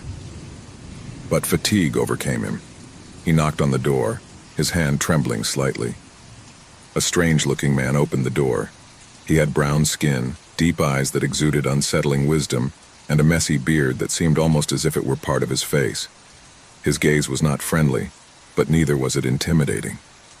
His deep voice broke the silence of the night as he spoke. "Come in. It's not safe to be outside, especially in this part of the world. The darkness has a way of dragging souls that dare to cross through here." Tomas hesitated, but the threat of the cold pushed him inside. The man led him to the fireplace where the flames danced on a warm fire. The cabin was small, with furniture that seemed to be taken from another time, covered by dust and dirt. The atmosphere was tense, as if the walls themselves breathed with a life of their own. The stranger watched him for a few moments, as if assessing whether he was ready to hear what he had to say. "Have you heard of this place?" he asked, his voice almost whispering. "This field has its own secrets, secrets that man should never know." Tomas felt uncomfortable but decided to play courtesy. "No, I haven't heard anything. I'm just looking for a place to rest." The stranger smiled, but it was a smile that didn't reach his eyes. His fingers intertwined as he took a seat in front of the fire. "Rest. That's what everyone thinks when they get here. But this place is not simply a place of passage. It is a place where time loses its power. Here, lost souls wander aimlessly, searching for something they don't understand." The fireplace crackled, and Thomas couldn't help but feel even more uncomfortable. However, exhaustion was getting the better of him, and he began to think that perhaps the stranger was just talking to entertain himself, to fill the silence of the cabin. I wasn't prepared for what came next. The man began to tell her stories about the souls trapped in that field, of people who had gotten lost in the trees and never returned.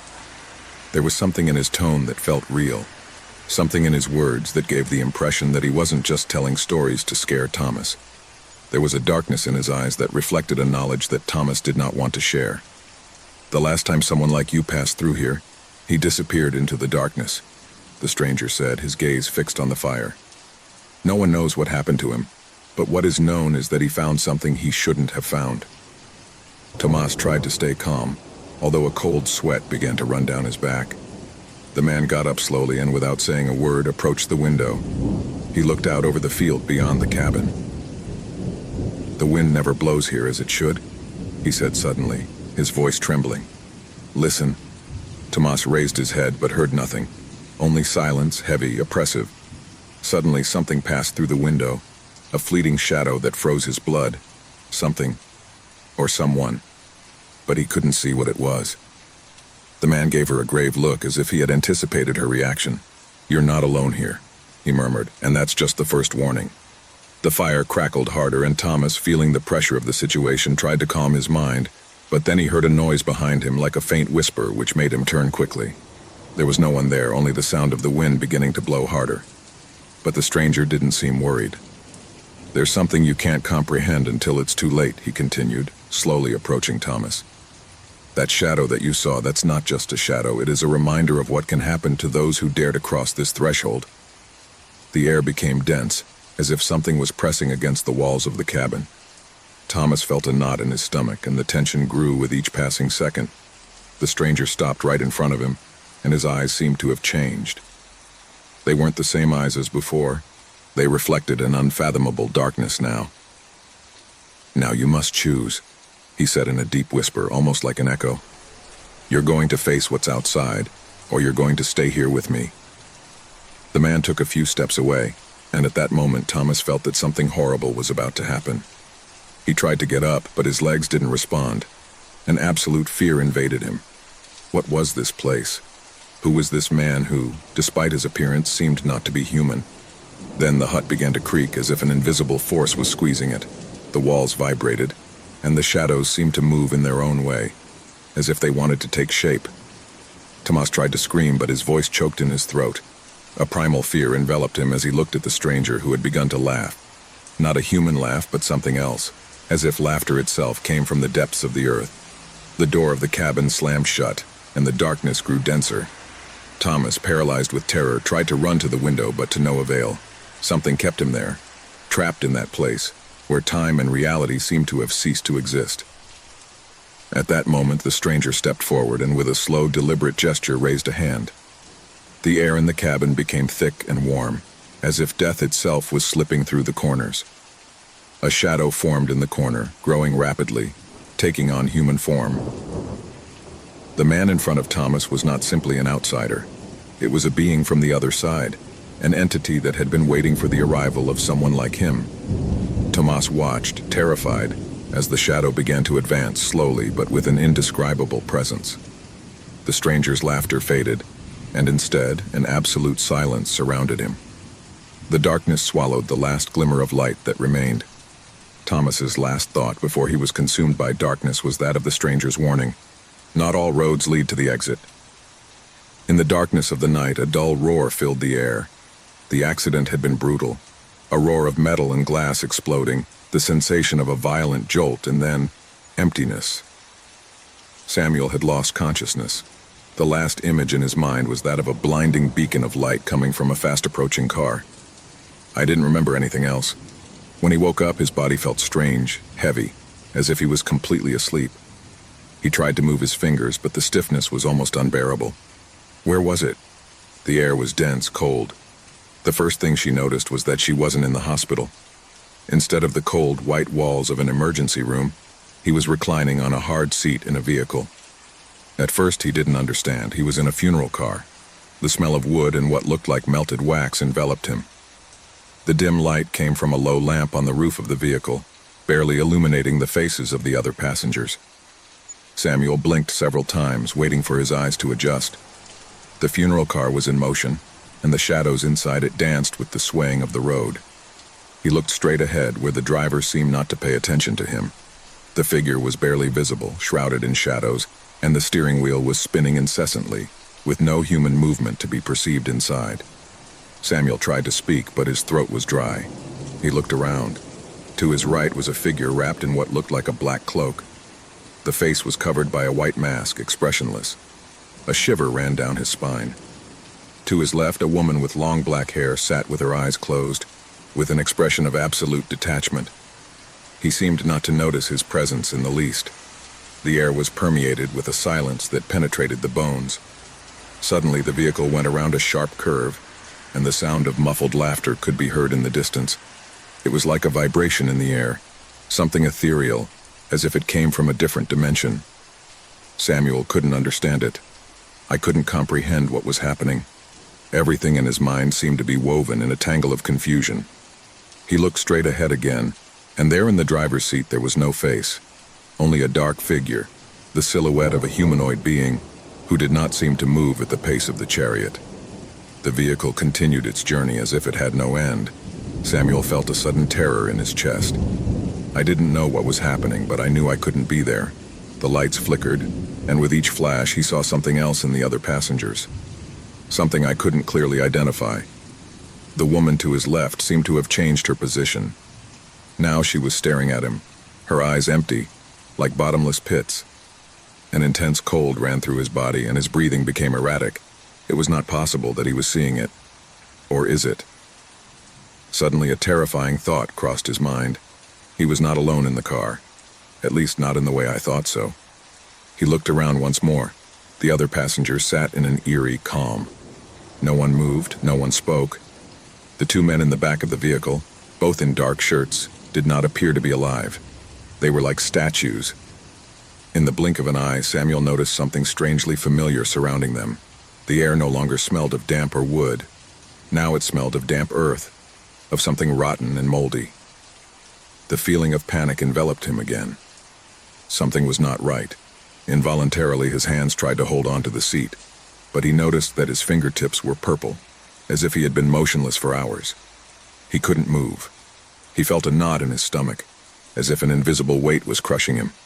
A whisper broke the silence, just a murmur coming from the seat next to him. "Have you noticed?" The voice was low, almost inaudible. Samuel turned quickly to the woman to his left, who was now closer, almost as if she had moved towards him without him noticing. His face showed no emotion, but his presence was imbued with an indescribable air, as if his very soul were broken.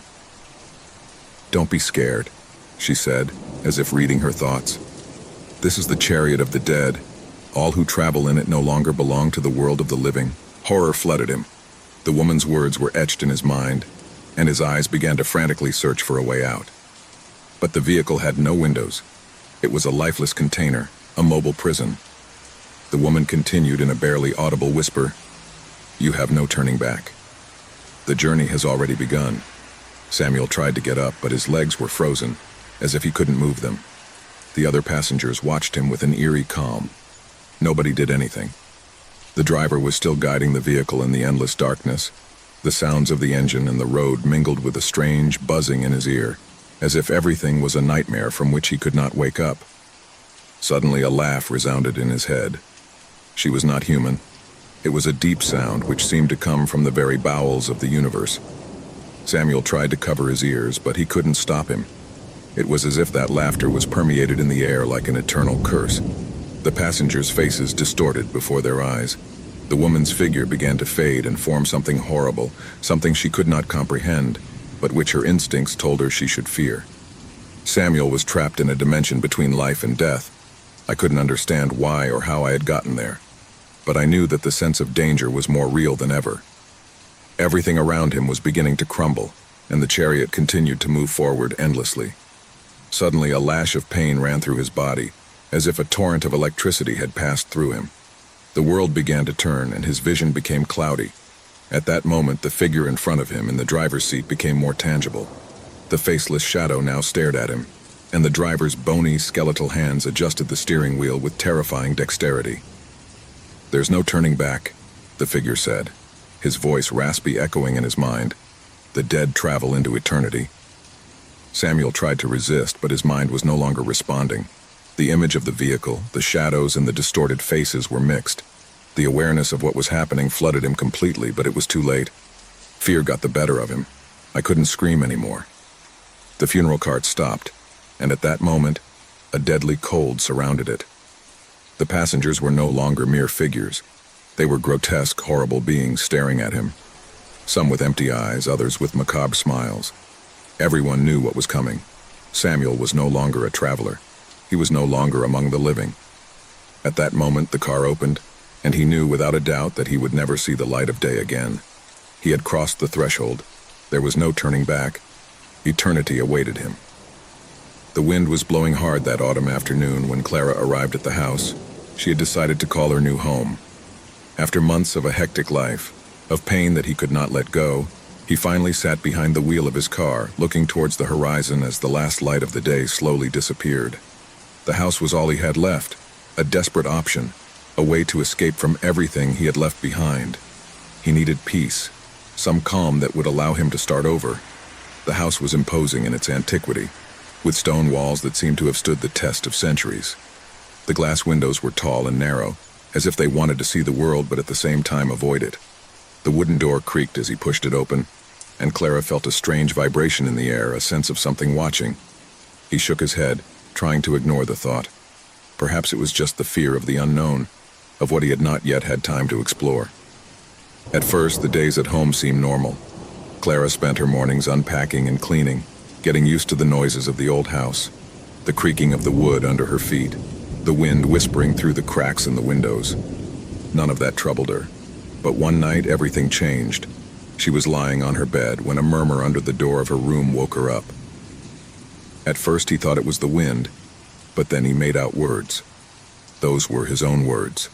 He heard fragments of a conversation that he did not remember having, phrases that sounded familiar, but that he did not know where they came from. He got out of bed, his heart pounding in his chest. He approached the door cautiously, the heavy air of inexplicable tension. He opened the door slowly, but no one was there. There was no trace of what he had heard. A hallucination? She thought, taking a breath, but something inside her knew it wasn't. Panic began to slowly rise in his chest. The house was not normal. Something strange was happening. From that night on, the echoes continued. They were not always the same words, nor the same phrases. Sometimes echoes would come from the kitchen as she cooked.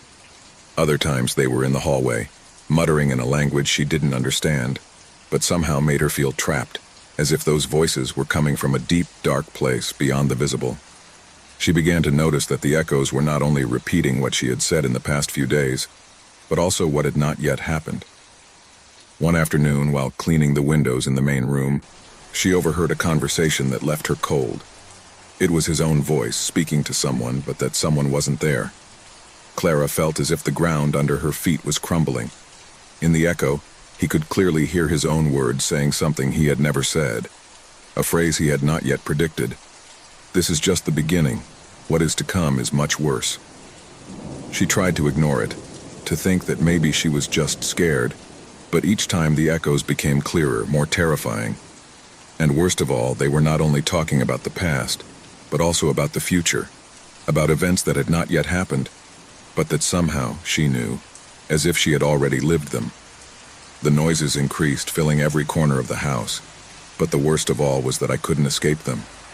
They were in every room, in every corner. The echoes of his own life, his thoughts, his fears, his conversations, all floating in the air, waiting to be heard. In the early morning of a day that she did not know if she had arrived or if she was still part of the nightmare, Clara heard something that paralyzed her. It was a complete conversation, a conversation between herself and another voice, a voice she didn't know, a masculine voice, soft but authoritative, and every word he uttered was like a sharp knife, poking his mind. The voice asked her something that left her cold. "Are you ready to face what you have unleashed?" Clara got out of bed, feeling the weight of fear taking over her body. Something was terribly wrong with that house, something I couldn't comprehend. The echo spoke not only of things that had not yet happened, but also of things that Clara had forgotten, moments that she herself had wanted to leave behind. Echoes of her childhood, of her family, of her first love. Everything was mixed in a whirlwind of memories and fears. The house seemed to know her more than she did. And with each new echo, the more it took hold of his mind, the more reality vanished. One night, after having heard another frightful echo, he dared to go out into the back garden. He thought that fresh air could clear his mind, give him some clarity. However, when he arrived at the garden, he noticed something strange. The shadows of the house seemed to stretch longer than they should, as if the night itself had warped around it. Clara felt a shudder run through her body, but she couldn't go back. I was trapped, but I didn't know why. Suddenly, the echoes became more intense, closer. It was as if the house was alive, breathing through those murmurs. The male voice spoke to her again, this time with greater force, with more power. "The house has collected all your emotions, your fears, your deepest desires. Nothing you do can escape. This is your prison. You can't run away from yourself." Fear enveloped her completely. Clara began to run, but she could not escape. Every step she took, the echoes followed. The walls of the house seemed to close in on her as if they were absorbing her. Memories and voices melted into hellish chaos, overflowing her mind, drowning her. The house wouldn't let her go. She couldn't get rid of her. Finally, Clara found what she had been looking for, the way out. She ran towards the front door, wishing with all her soul for it to be over. But upon getting there, the door closed on its own, as if it was being pushed from within. The walls rumbled with distorted echoes, and Clara knew at that moment that she could not escape. The house had completely absorbed her. The house was already part of it. The last voice she heard before everything turned dark was hers, her words echoing in her mind with terrifying clarity. "I will never be able to escape this." The house, with its echoes, swallowed his soul, as it did all the souls that dared to enter its darkness. No one else came back in, but the voices continued echoing through the house, repeating the same phrases, the same memories, trapped in an endless loop. And so the House of Echoes remained, waiting for the next person who, like Clara, thought might start over. The icy wind was blowing against the windows of the train. The darkness was absolute, like a blanket that covered the vastness of the landscape. No one was on board except her. A woman with a pale face and restless eyes, sitting on an empty seat, was looking out the window, looking for something in the nothingness that could give her an answer. Her name was Clara, and she had taken the train for reasons she could hardly remember.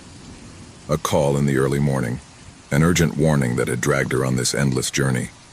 It didn't matter that it was late or that the train was so strange. His destiny seemed unshakable.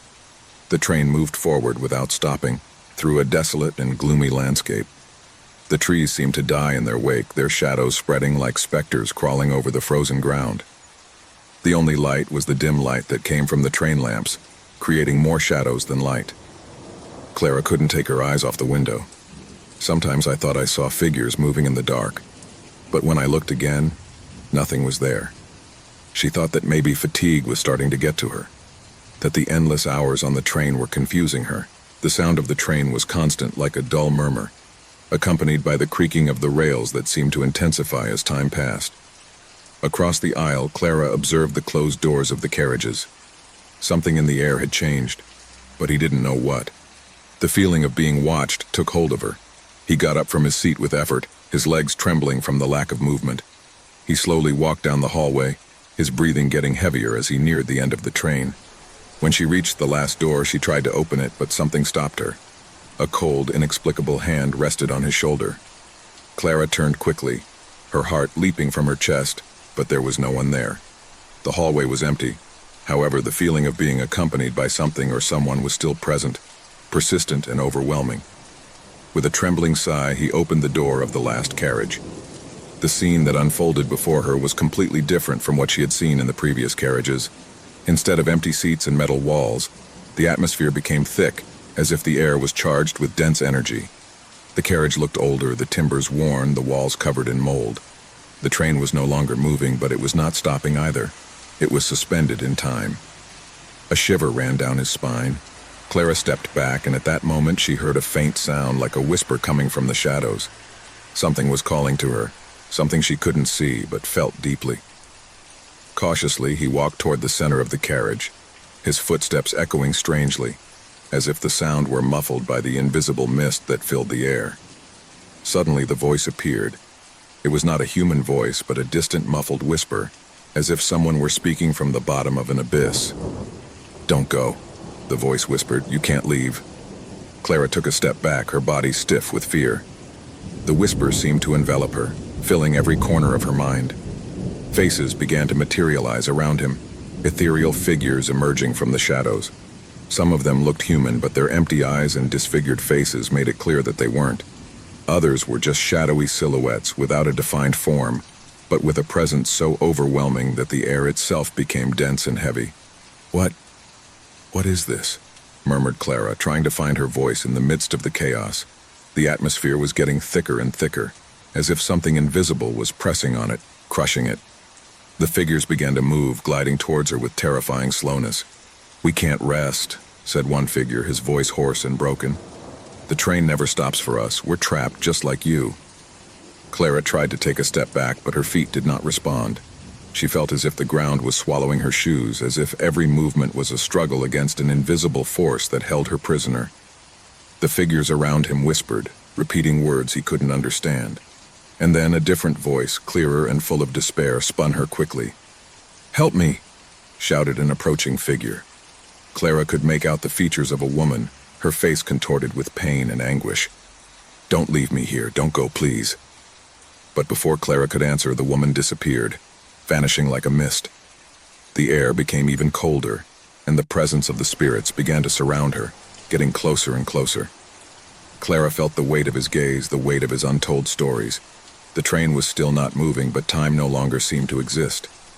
Nothing moved outside the car, just a perpetual void that stretched into nothingness. At that moment, Clara realized the worst. She was also a prisoner. The train never stopped, never got anywhere. She was also trapped in that suspended space between the past and the future, between life and death. The voices intensified, the whisper of trapped souls surrounded her. "Why don't you leave?" A shadow murmured in front of her. "We couldn't. but you can still get out. But Clara didn't know if there was still anything left out. She didn't know if there was anything beyond the train, beyond the station where she was now trapped. Was she dead? Was she alive? The faces of the dead watched her, waiting for an answer that she herself did not have. Fear invaded her, terror began to consume her, but something inside her told her that there was a way out, a way to escape. "Let me out," shouted Clara, her voice cracking with panic. "Let me go." The shadows came closer, touching his skin with cold hands. "You can't leave," they said in unison. "The train never ends. Time does not advance for us, but there's something you can do." Clara looked at them, her eyes full of tears, her heart pounding. "What do I have to do?" he asked in a trembling voice. One of the figures, that of the desperate woman, approached her. "You have to decide. Stay and be one of us, or move on and break the cycle. But you'll never be free without making that choice." The sound of the train began to change. It was no longer the constant rumbling of the rails. Now there was a soft sound, like the rustling of fallen leaves. The station seemed to crumble around her as if the walls of the train were beginning to fade. "Choose quickly," said another shadow, his voice broken and anguished. "The train is stopping. You'll never have this opportunity again." Clara, her heart racing, looked around. Shadows clustered around her, reaching out their hands toward her soul. Time seemed to dilate and compress at the same time. She closed her eyes and took a deep breath. He knew what he had to do. He couldn't stay there. He couldn't become one of them. I needed to get out. Suddenly, the train stopped. A deep silence invaded the space. The darkness around him slowly dissolved, and Clara found herself back at the station, the fresh air beating down on her face. She was no longer alone. The shadows, the ghosts had vanished, and the station had ceased to exist. The train had come to an end, but Clara had also left the last station behind. She wasn't trapped, and though terror had been his companion all this time, he now understood that he had chosen freedom. No matter what came next, she had decided to continue, and with that decision, the train and the fear disappeared forever. In a remote place where time seemed to have stopped and the wind whispered forgotten secrets, a small village lay hidden among the mountains, almost beyond the reach of man. In the distance, the mountains rose as guardians of a past that had been erased from the memories of the world. Stone houses, old and crumbling, lined the cobblestone streets. But there was no sign of life. No one lived there. The heavy air of humidity and silence enveloped the town, as if the environment itself had decided to forget its existence. The few broken windows seemed to watch those who dared to approach, their shards of glass reflecting a distorted image of the outside world, as if the place refused to be part of reality. A group of 5 travelers, tired from their long journey, arrived on the outskirts of the town. In their search for a refuge where they could rest, they were attracted by the stillness that emanated from the village, believing that perhaps there they could find relief from the exhausting road that had led them there. With backpacks slung over their shoulders and faces scarred by the sun and fatigue, they entered without hesitation, ignoring the strange premonition that was beginning to form in their hearts. It was a gray afternoon, the sky covered by dense clouds that gave a glimpse of a dim light. Despite the calm of the place, something in the air was strange, oppressive, as if the very shadows of the houses were waiting for something or someone. As travelers moved through the deserted streets, the doors of the houses were kept closed, the blinds lowered, and the typical noises of a moving people could not be heard. The feeling of emptiness was so palpable that they could almost hear the echo of their own footsteps echoing on the pavement. Suddenly, one of them, Gabriel, looked up, feeling an unsettling pressure in his chest. At the top of one of the houses, through a dirty window, he could see a blurred figure leaning out to watch them. He couldn't make out their details, but just knowing that someone or something was watching them caused a stream of cold to run down his spine. "Have you seen that?" Gabriel said quietly, still looking out the window. The group looked at him, confused, but no one could confirm what he had seen. The figure disappeared before anyone could approach or say anything. However, that strange feeling of being watched settled in the air, as if the buildings themselves and the wind whispered ancient secrets that did not want to be revealed. As they explored the village, they realized that everything was in ruins. Streets that might once have been lively and bustling were covered in brush and debris. The houses, though empty, did not appear to have been abandoned recently. There were traces of a life that once flourished there, but it had all been trapped in time. The doors were still locked with old rusty locks, and the broken windows let out drafts of icy air. The people seemed to be stuck in a perpetual present, as if an invisible force had frozen life right there at that precise moment. "This place is not right," murmured Marta, one of the travelers, as she looked at the shadows that stretched along the walls of the houses, as if something or someone was watching them. "Don't you find it strange that it's so desert?" The group continued to move forward, and as they did so, the feeling that they were not alone intensified. As they walked down the main street, each of them felt the air pressure become denser, heavier, as if the place was slowly absorbing their energy. It was then that a sound, slight but disturbing, reached his ears. The creak of a wooden door opening. The sound came from one of the houses on the left. No one dared to move immediately. A shudder ran through their bodies, and for a moment they all looked at each other silently, wondering if the sound was real or just a hallucination created by the strange atmosphere around them. "Does anyone dare to enter?" asked Tomas, the bravest of the group, although his voice sounded more fearful than he intended. No one answered. The door opened even wider, as if an invisible force was pushing it. The pressure in the air was unbearable, and each of them knew that something was not right, but none dared to turn around. With a mixture of curiosity and fear, Marta was the first to approach the door. His steps were slow, measured, as if he were walking into the unknown, a place where the rules of the real world no longer applied. When she crossed the threshold of the house, a gust of icy air enveloped her, as if the very darkness of the place was consuming her. The interior of the house was gloomy, with furniture covered in dust and cobwebs. The walls, decorated with old landscape paintings that may once have been beautiful, now showed only distorted faces, as if the portraits in the painting reflected the tragedy of the place. A shiver ran through his body. I couldn't understand how a place so far from everything could have such dense energy, that feeling of death suspended in the air. "This is not right," Martha murmured, looking back at the door, where the others were watching her from the doorway. But before she could take a step back, she heard a whisper behind her. A whisper so low it seemed to come from the ground, a distorted, distant voice that barely reached his ears. "Come out. Go away." Her heart racing, Martha turned around, but before she could leave the house, the door slammed shut, trapping her inside. The group outside shuddered, hearing the loud sound of the door closing, and they ran towards it. But when they arrived, they found something even more terrifying. The door was sealed as if it had never existed. No one could enter or leave. Desperate, they began to look for a way to free her, but what they found inside the house left them frozen. The walls were covered with strange engraved symbols that seemed to move slowly as if they were alive. The atmosphere was dense, oppressive. The objects in the room were shaking, as if an invisible force was trying to harm them. Suddenly Martha appeared at the window, her face pale and disfigured with terror. She tried to speak, but her mouth only uttered unintelligible words. The travelers tried to shout at him, but their voices were lost in the air. As time went on, anxiety took hold of everyone. Despite their despair, something in the back of their minds told them that they must not leave the village without solving the mystery, that something dark lurked in the shadows of those forgotten ruins. No one could escape, but no one knew how to stop the nightmare. The shadows seemed to grow, lengthening as night fell. The people were alive, but not with the life they knew. He fed on fear, on the dread that was beginning to settle in their hearts. As the hours progressed, the figures began to appear again in the broken windows, staring at them with empty eyes, the eyes of those they never forgot. Each of the travelers began to hear whispers in their ears, soft but disturbing voices telling them different things. Some asked them to stay, that the people needed them. Others ordered them to flee before it was too late.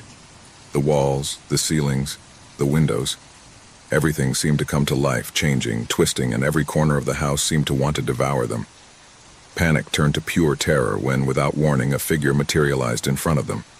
A woman with a pale face and eyes as dark as the night. His presence was so overwhelming that everything around him disappeared, and all that remained was his haunting figure, floating in the air. "They stay with us. Everyone must stay," the woman said in a raspy voice. A shriek broke the air as one of the travelers attempted to flee, but the door, once open, slammed shut again, sealing everyone's fate. As darkness enveloped them completely, they understood the cruel truth. The forgotten people would no longer let them go. They were part of their history, part of their eternal cycle of terror, doomed to be watched, and ultimately forgotten by all but those who dared to enter. In the end, all that remained were the shadows. The sun was beginning to set, bathing the trees of the forest in a golden light that promised a quiet night. A group of friends had ventured into the heart of the evergreen woods to enjoy a weekend of camping. 4 young people, inseparable since childhood, had decided to disconnect from the demands of daily life and immerse themselves in nature, seeking to escape from the routine. A campfire crackled in the center of his makeshift camp, surrounded by the dark shadows cast on the ground by the treetops. Laughter echoed through the tree trunks, but something beyond laughter and stories began to spread through the air. It wasn't a palpable sound or a clear omen, but friends were beginning to feel it. Like an invisible presence watching them lurking from the thicket, Lena, the most outgoing of the group, had decided to explore the terrain a bit while the others pitched their tents. He walked aimlessly, his flashlight illuminating only the immediate surroundings. Soon he found himself in a clearing where the trees opened up, revealing an empty space in which the wind blew with unusual force. It was there that he saw it. A child standing in the middle of the clearing, staring at her. Lena stopped, surprised. The boy didn't look more than 10 years old, his clothes dirty and frayed, as if he'd been wandering in the woods for weeks. "Hello?" Lena asked in a soft voice, although her instinct told her that something was not right. The boy did not respond. He didn't move even a little. Lena felt a strange discomfort, but she forced a smile and took a step towards him. The boy didn't seem to be afraid of the light of his flashlight or its presence. In fact, his gaze was fixed on Lena, as if he was waiting for something, as if he had been waiting for someone. "What are you doing here alone?" Lena asked, not knowing why, but feeling like she had to ask. The boy just moved his head back and forth slowly. Lena felt the air become denser, as if something was oppressing her.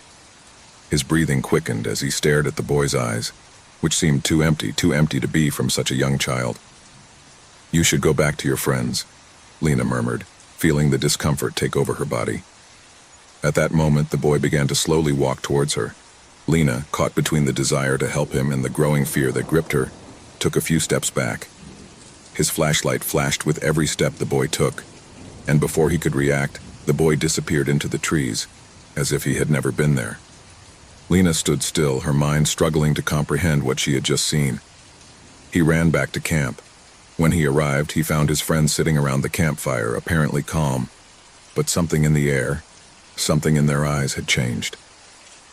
"Everything is fine?" Mark asked him, the most serious of the group. "I saw a child in the woods," Lena said, her voice trembling. "He was alone. He seemed lost. But something wasn't right. I don't know how to explain it." "A child?" Ethan said, arching an eyebrow. "Are you sure what you saw?" Lena nodded, but her words didn't seem to fully convince her friends. However, the concern on their faces indicated that the idea that something strange was happening was already in their heads. They decided that it would be best to stay close to the camp and not go further into the forest that night. The hours passed slowly, and darkness took over the place. The sound of the wind moving the leaves of the trees created an unsettling sound, while the campfire continued to burn weakly. But it was when the clock struck midnight that terror began to grow among them. A loud bang, as if something heavy had fallen nearby, made everyone rise with a start. The light of the campfire trembled as the wind seemed to increase in intensity. Everyone looked silently at the edge of the camp, where the darkness seemed even thicker than before. Something was not right. "Did you hear that?" Andrea whispered, her face pale. There was no response, only the sound of their breaths.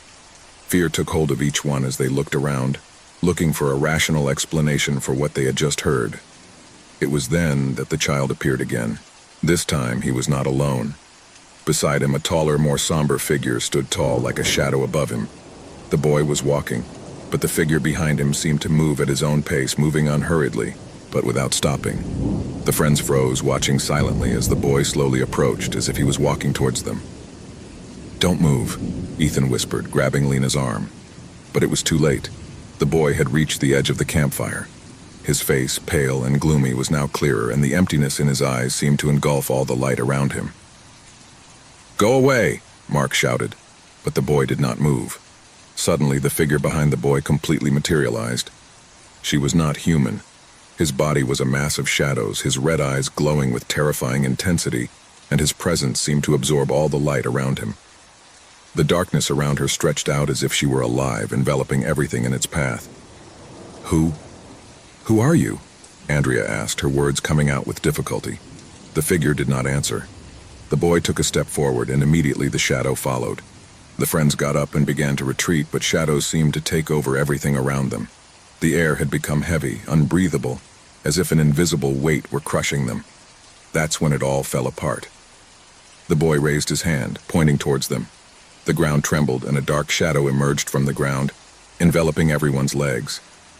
Screams filled the air, but the sound seemed to drown out nothingness. Lena tried to move her legs, but the darkness held her tight. The boy smiled, an empty smile, devoid of emotion. His eyes shone with an unearthly glow. "You can't escape," he whispered, his voice a low echo. Suddenly, the shadow around them began to twist, as if it had a life of its own, and the friends felt the pressure mounting. Fear paralyzed them. The darkness seemed to swallow them little by little. The boy began to disappear, merging into the shadow, as the figure behind him faded like a whisper into nothingness. The friends, trapped in the darkness, felt the piercing cold around them. They couldn't move, they couldn't breathe, trapped in an endless nightmare. The last vision they had was of the boy, slowly fading into the shadows, his laughter echoing in their minds, an echo that would never fade.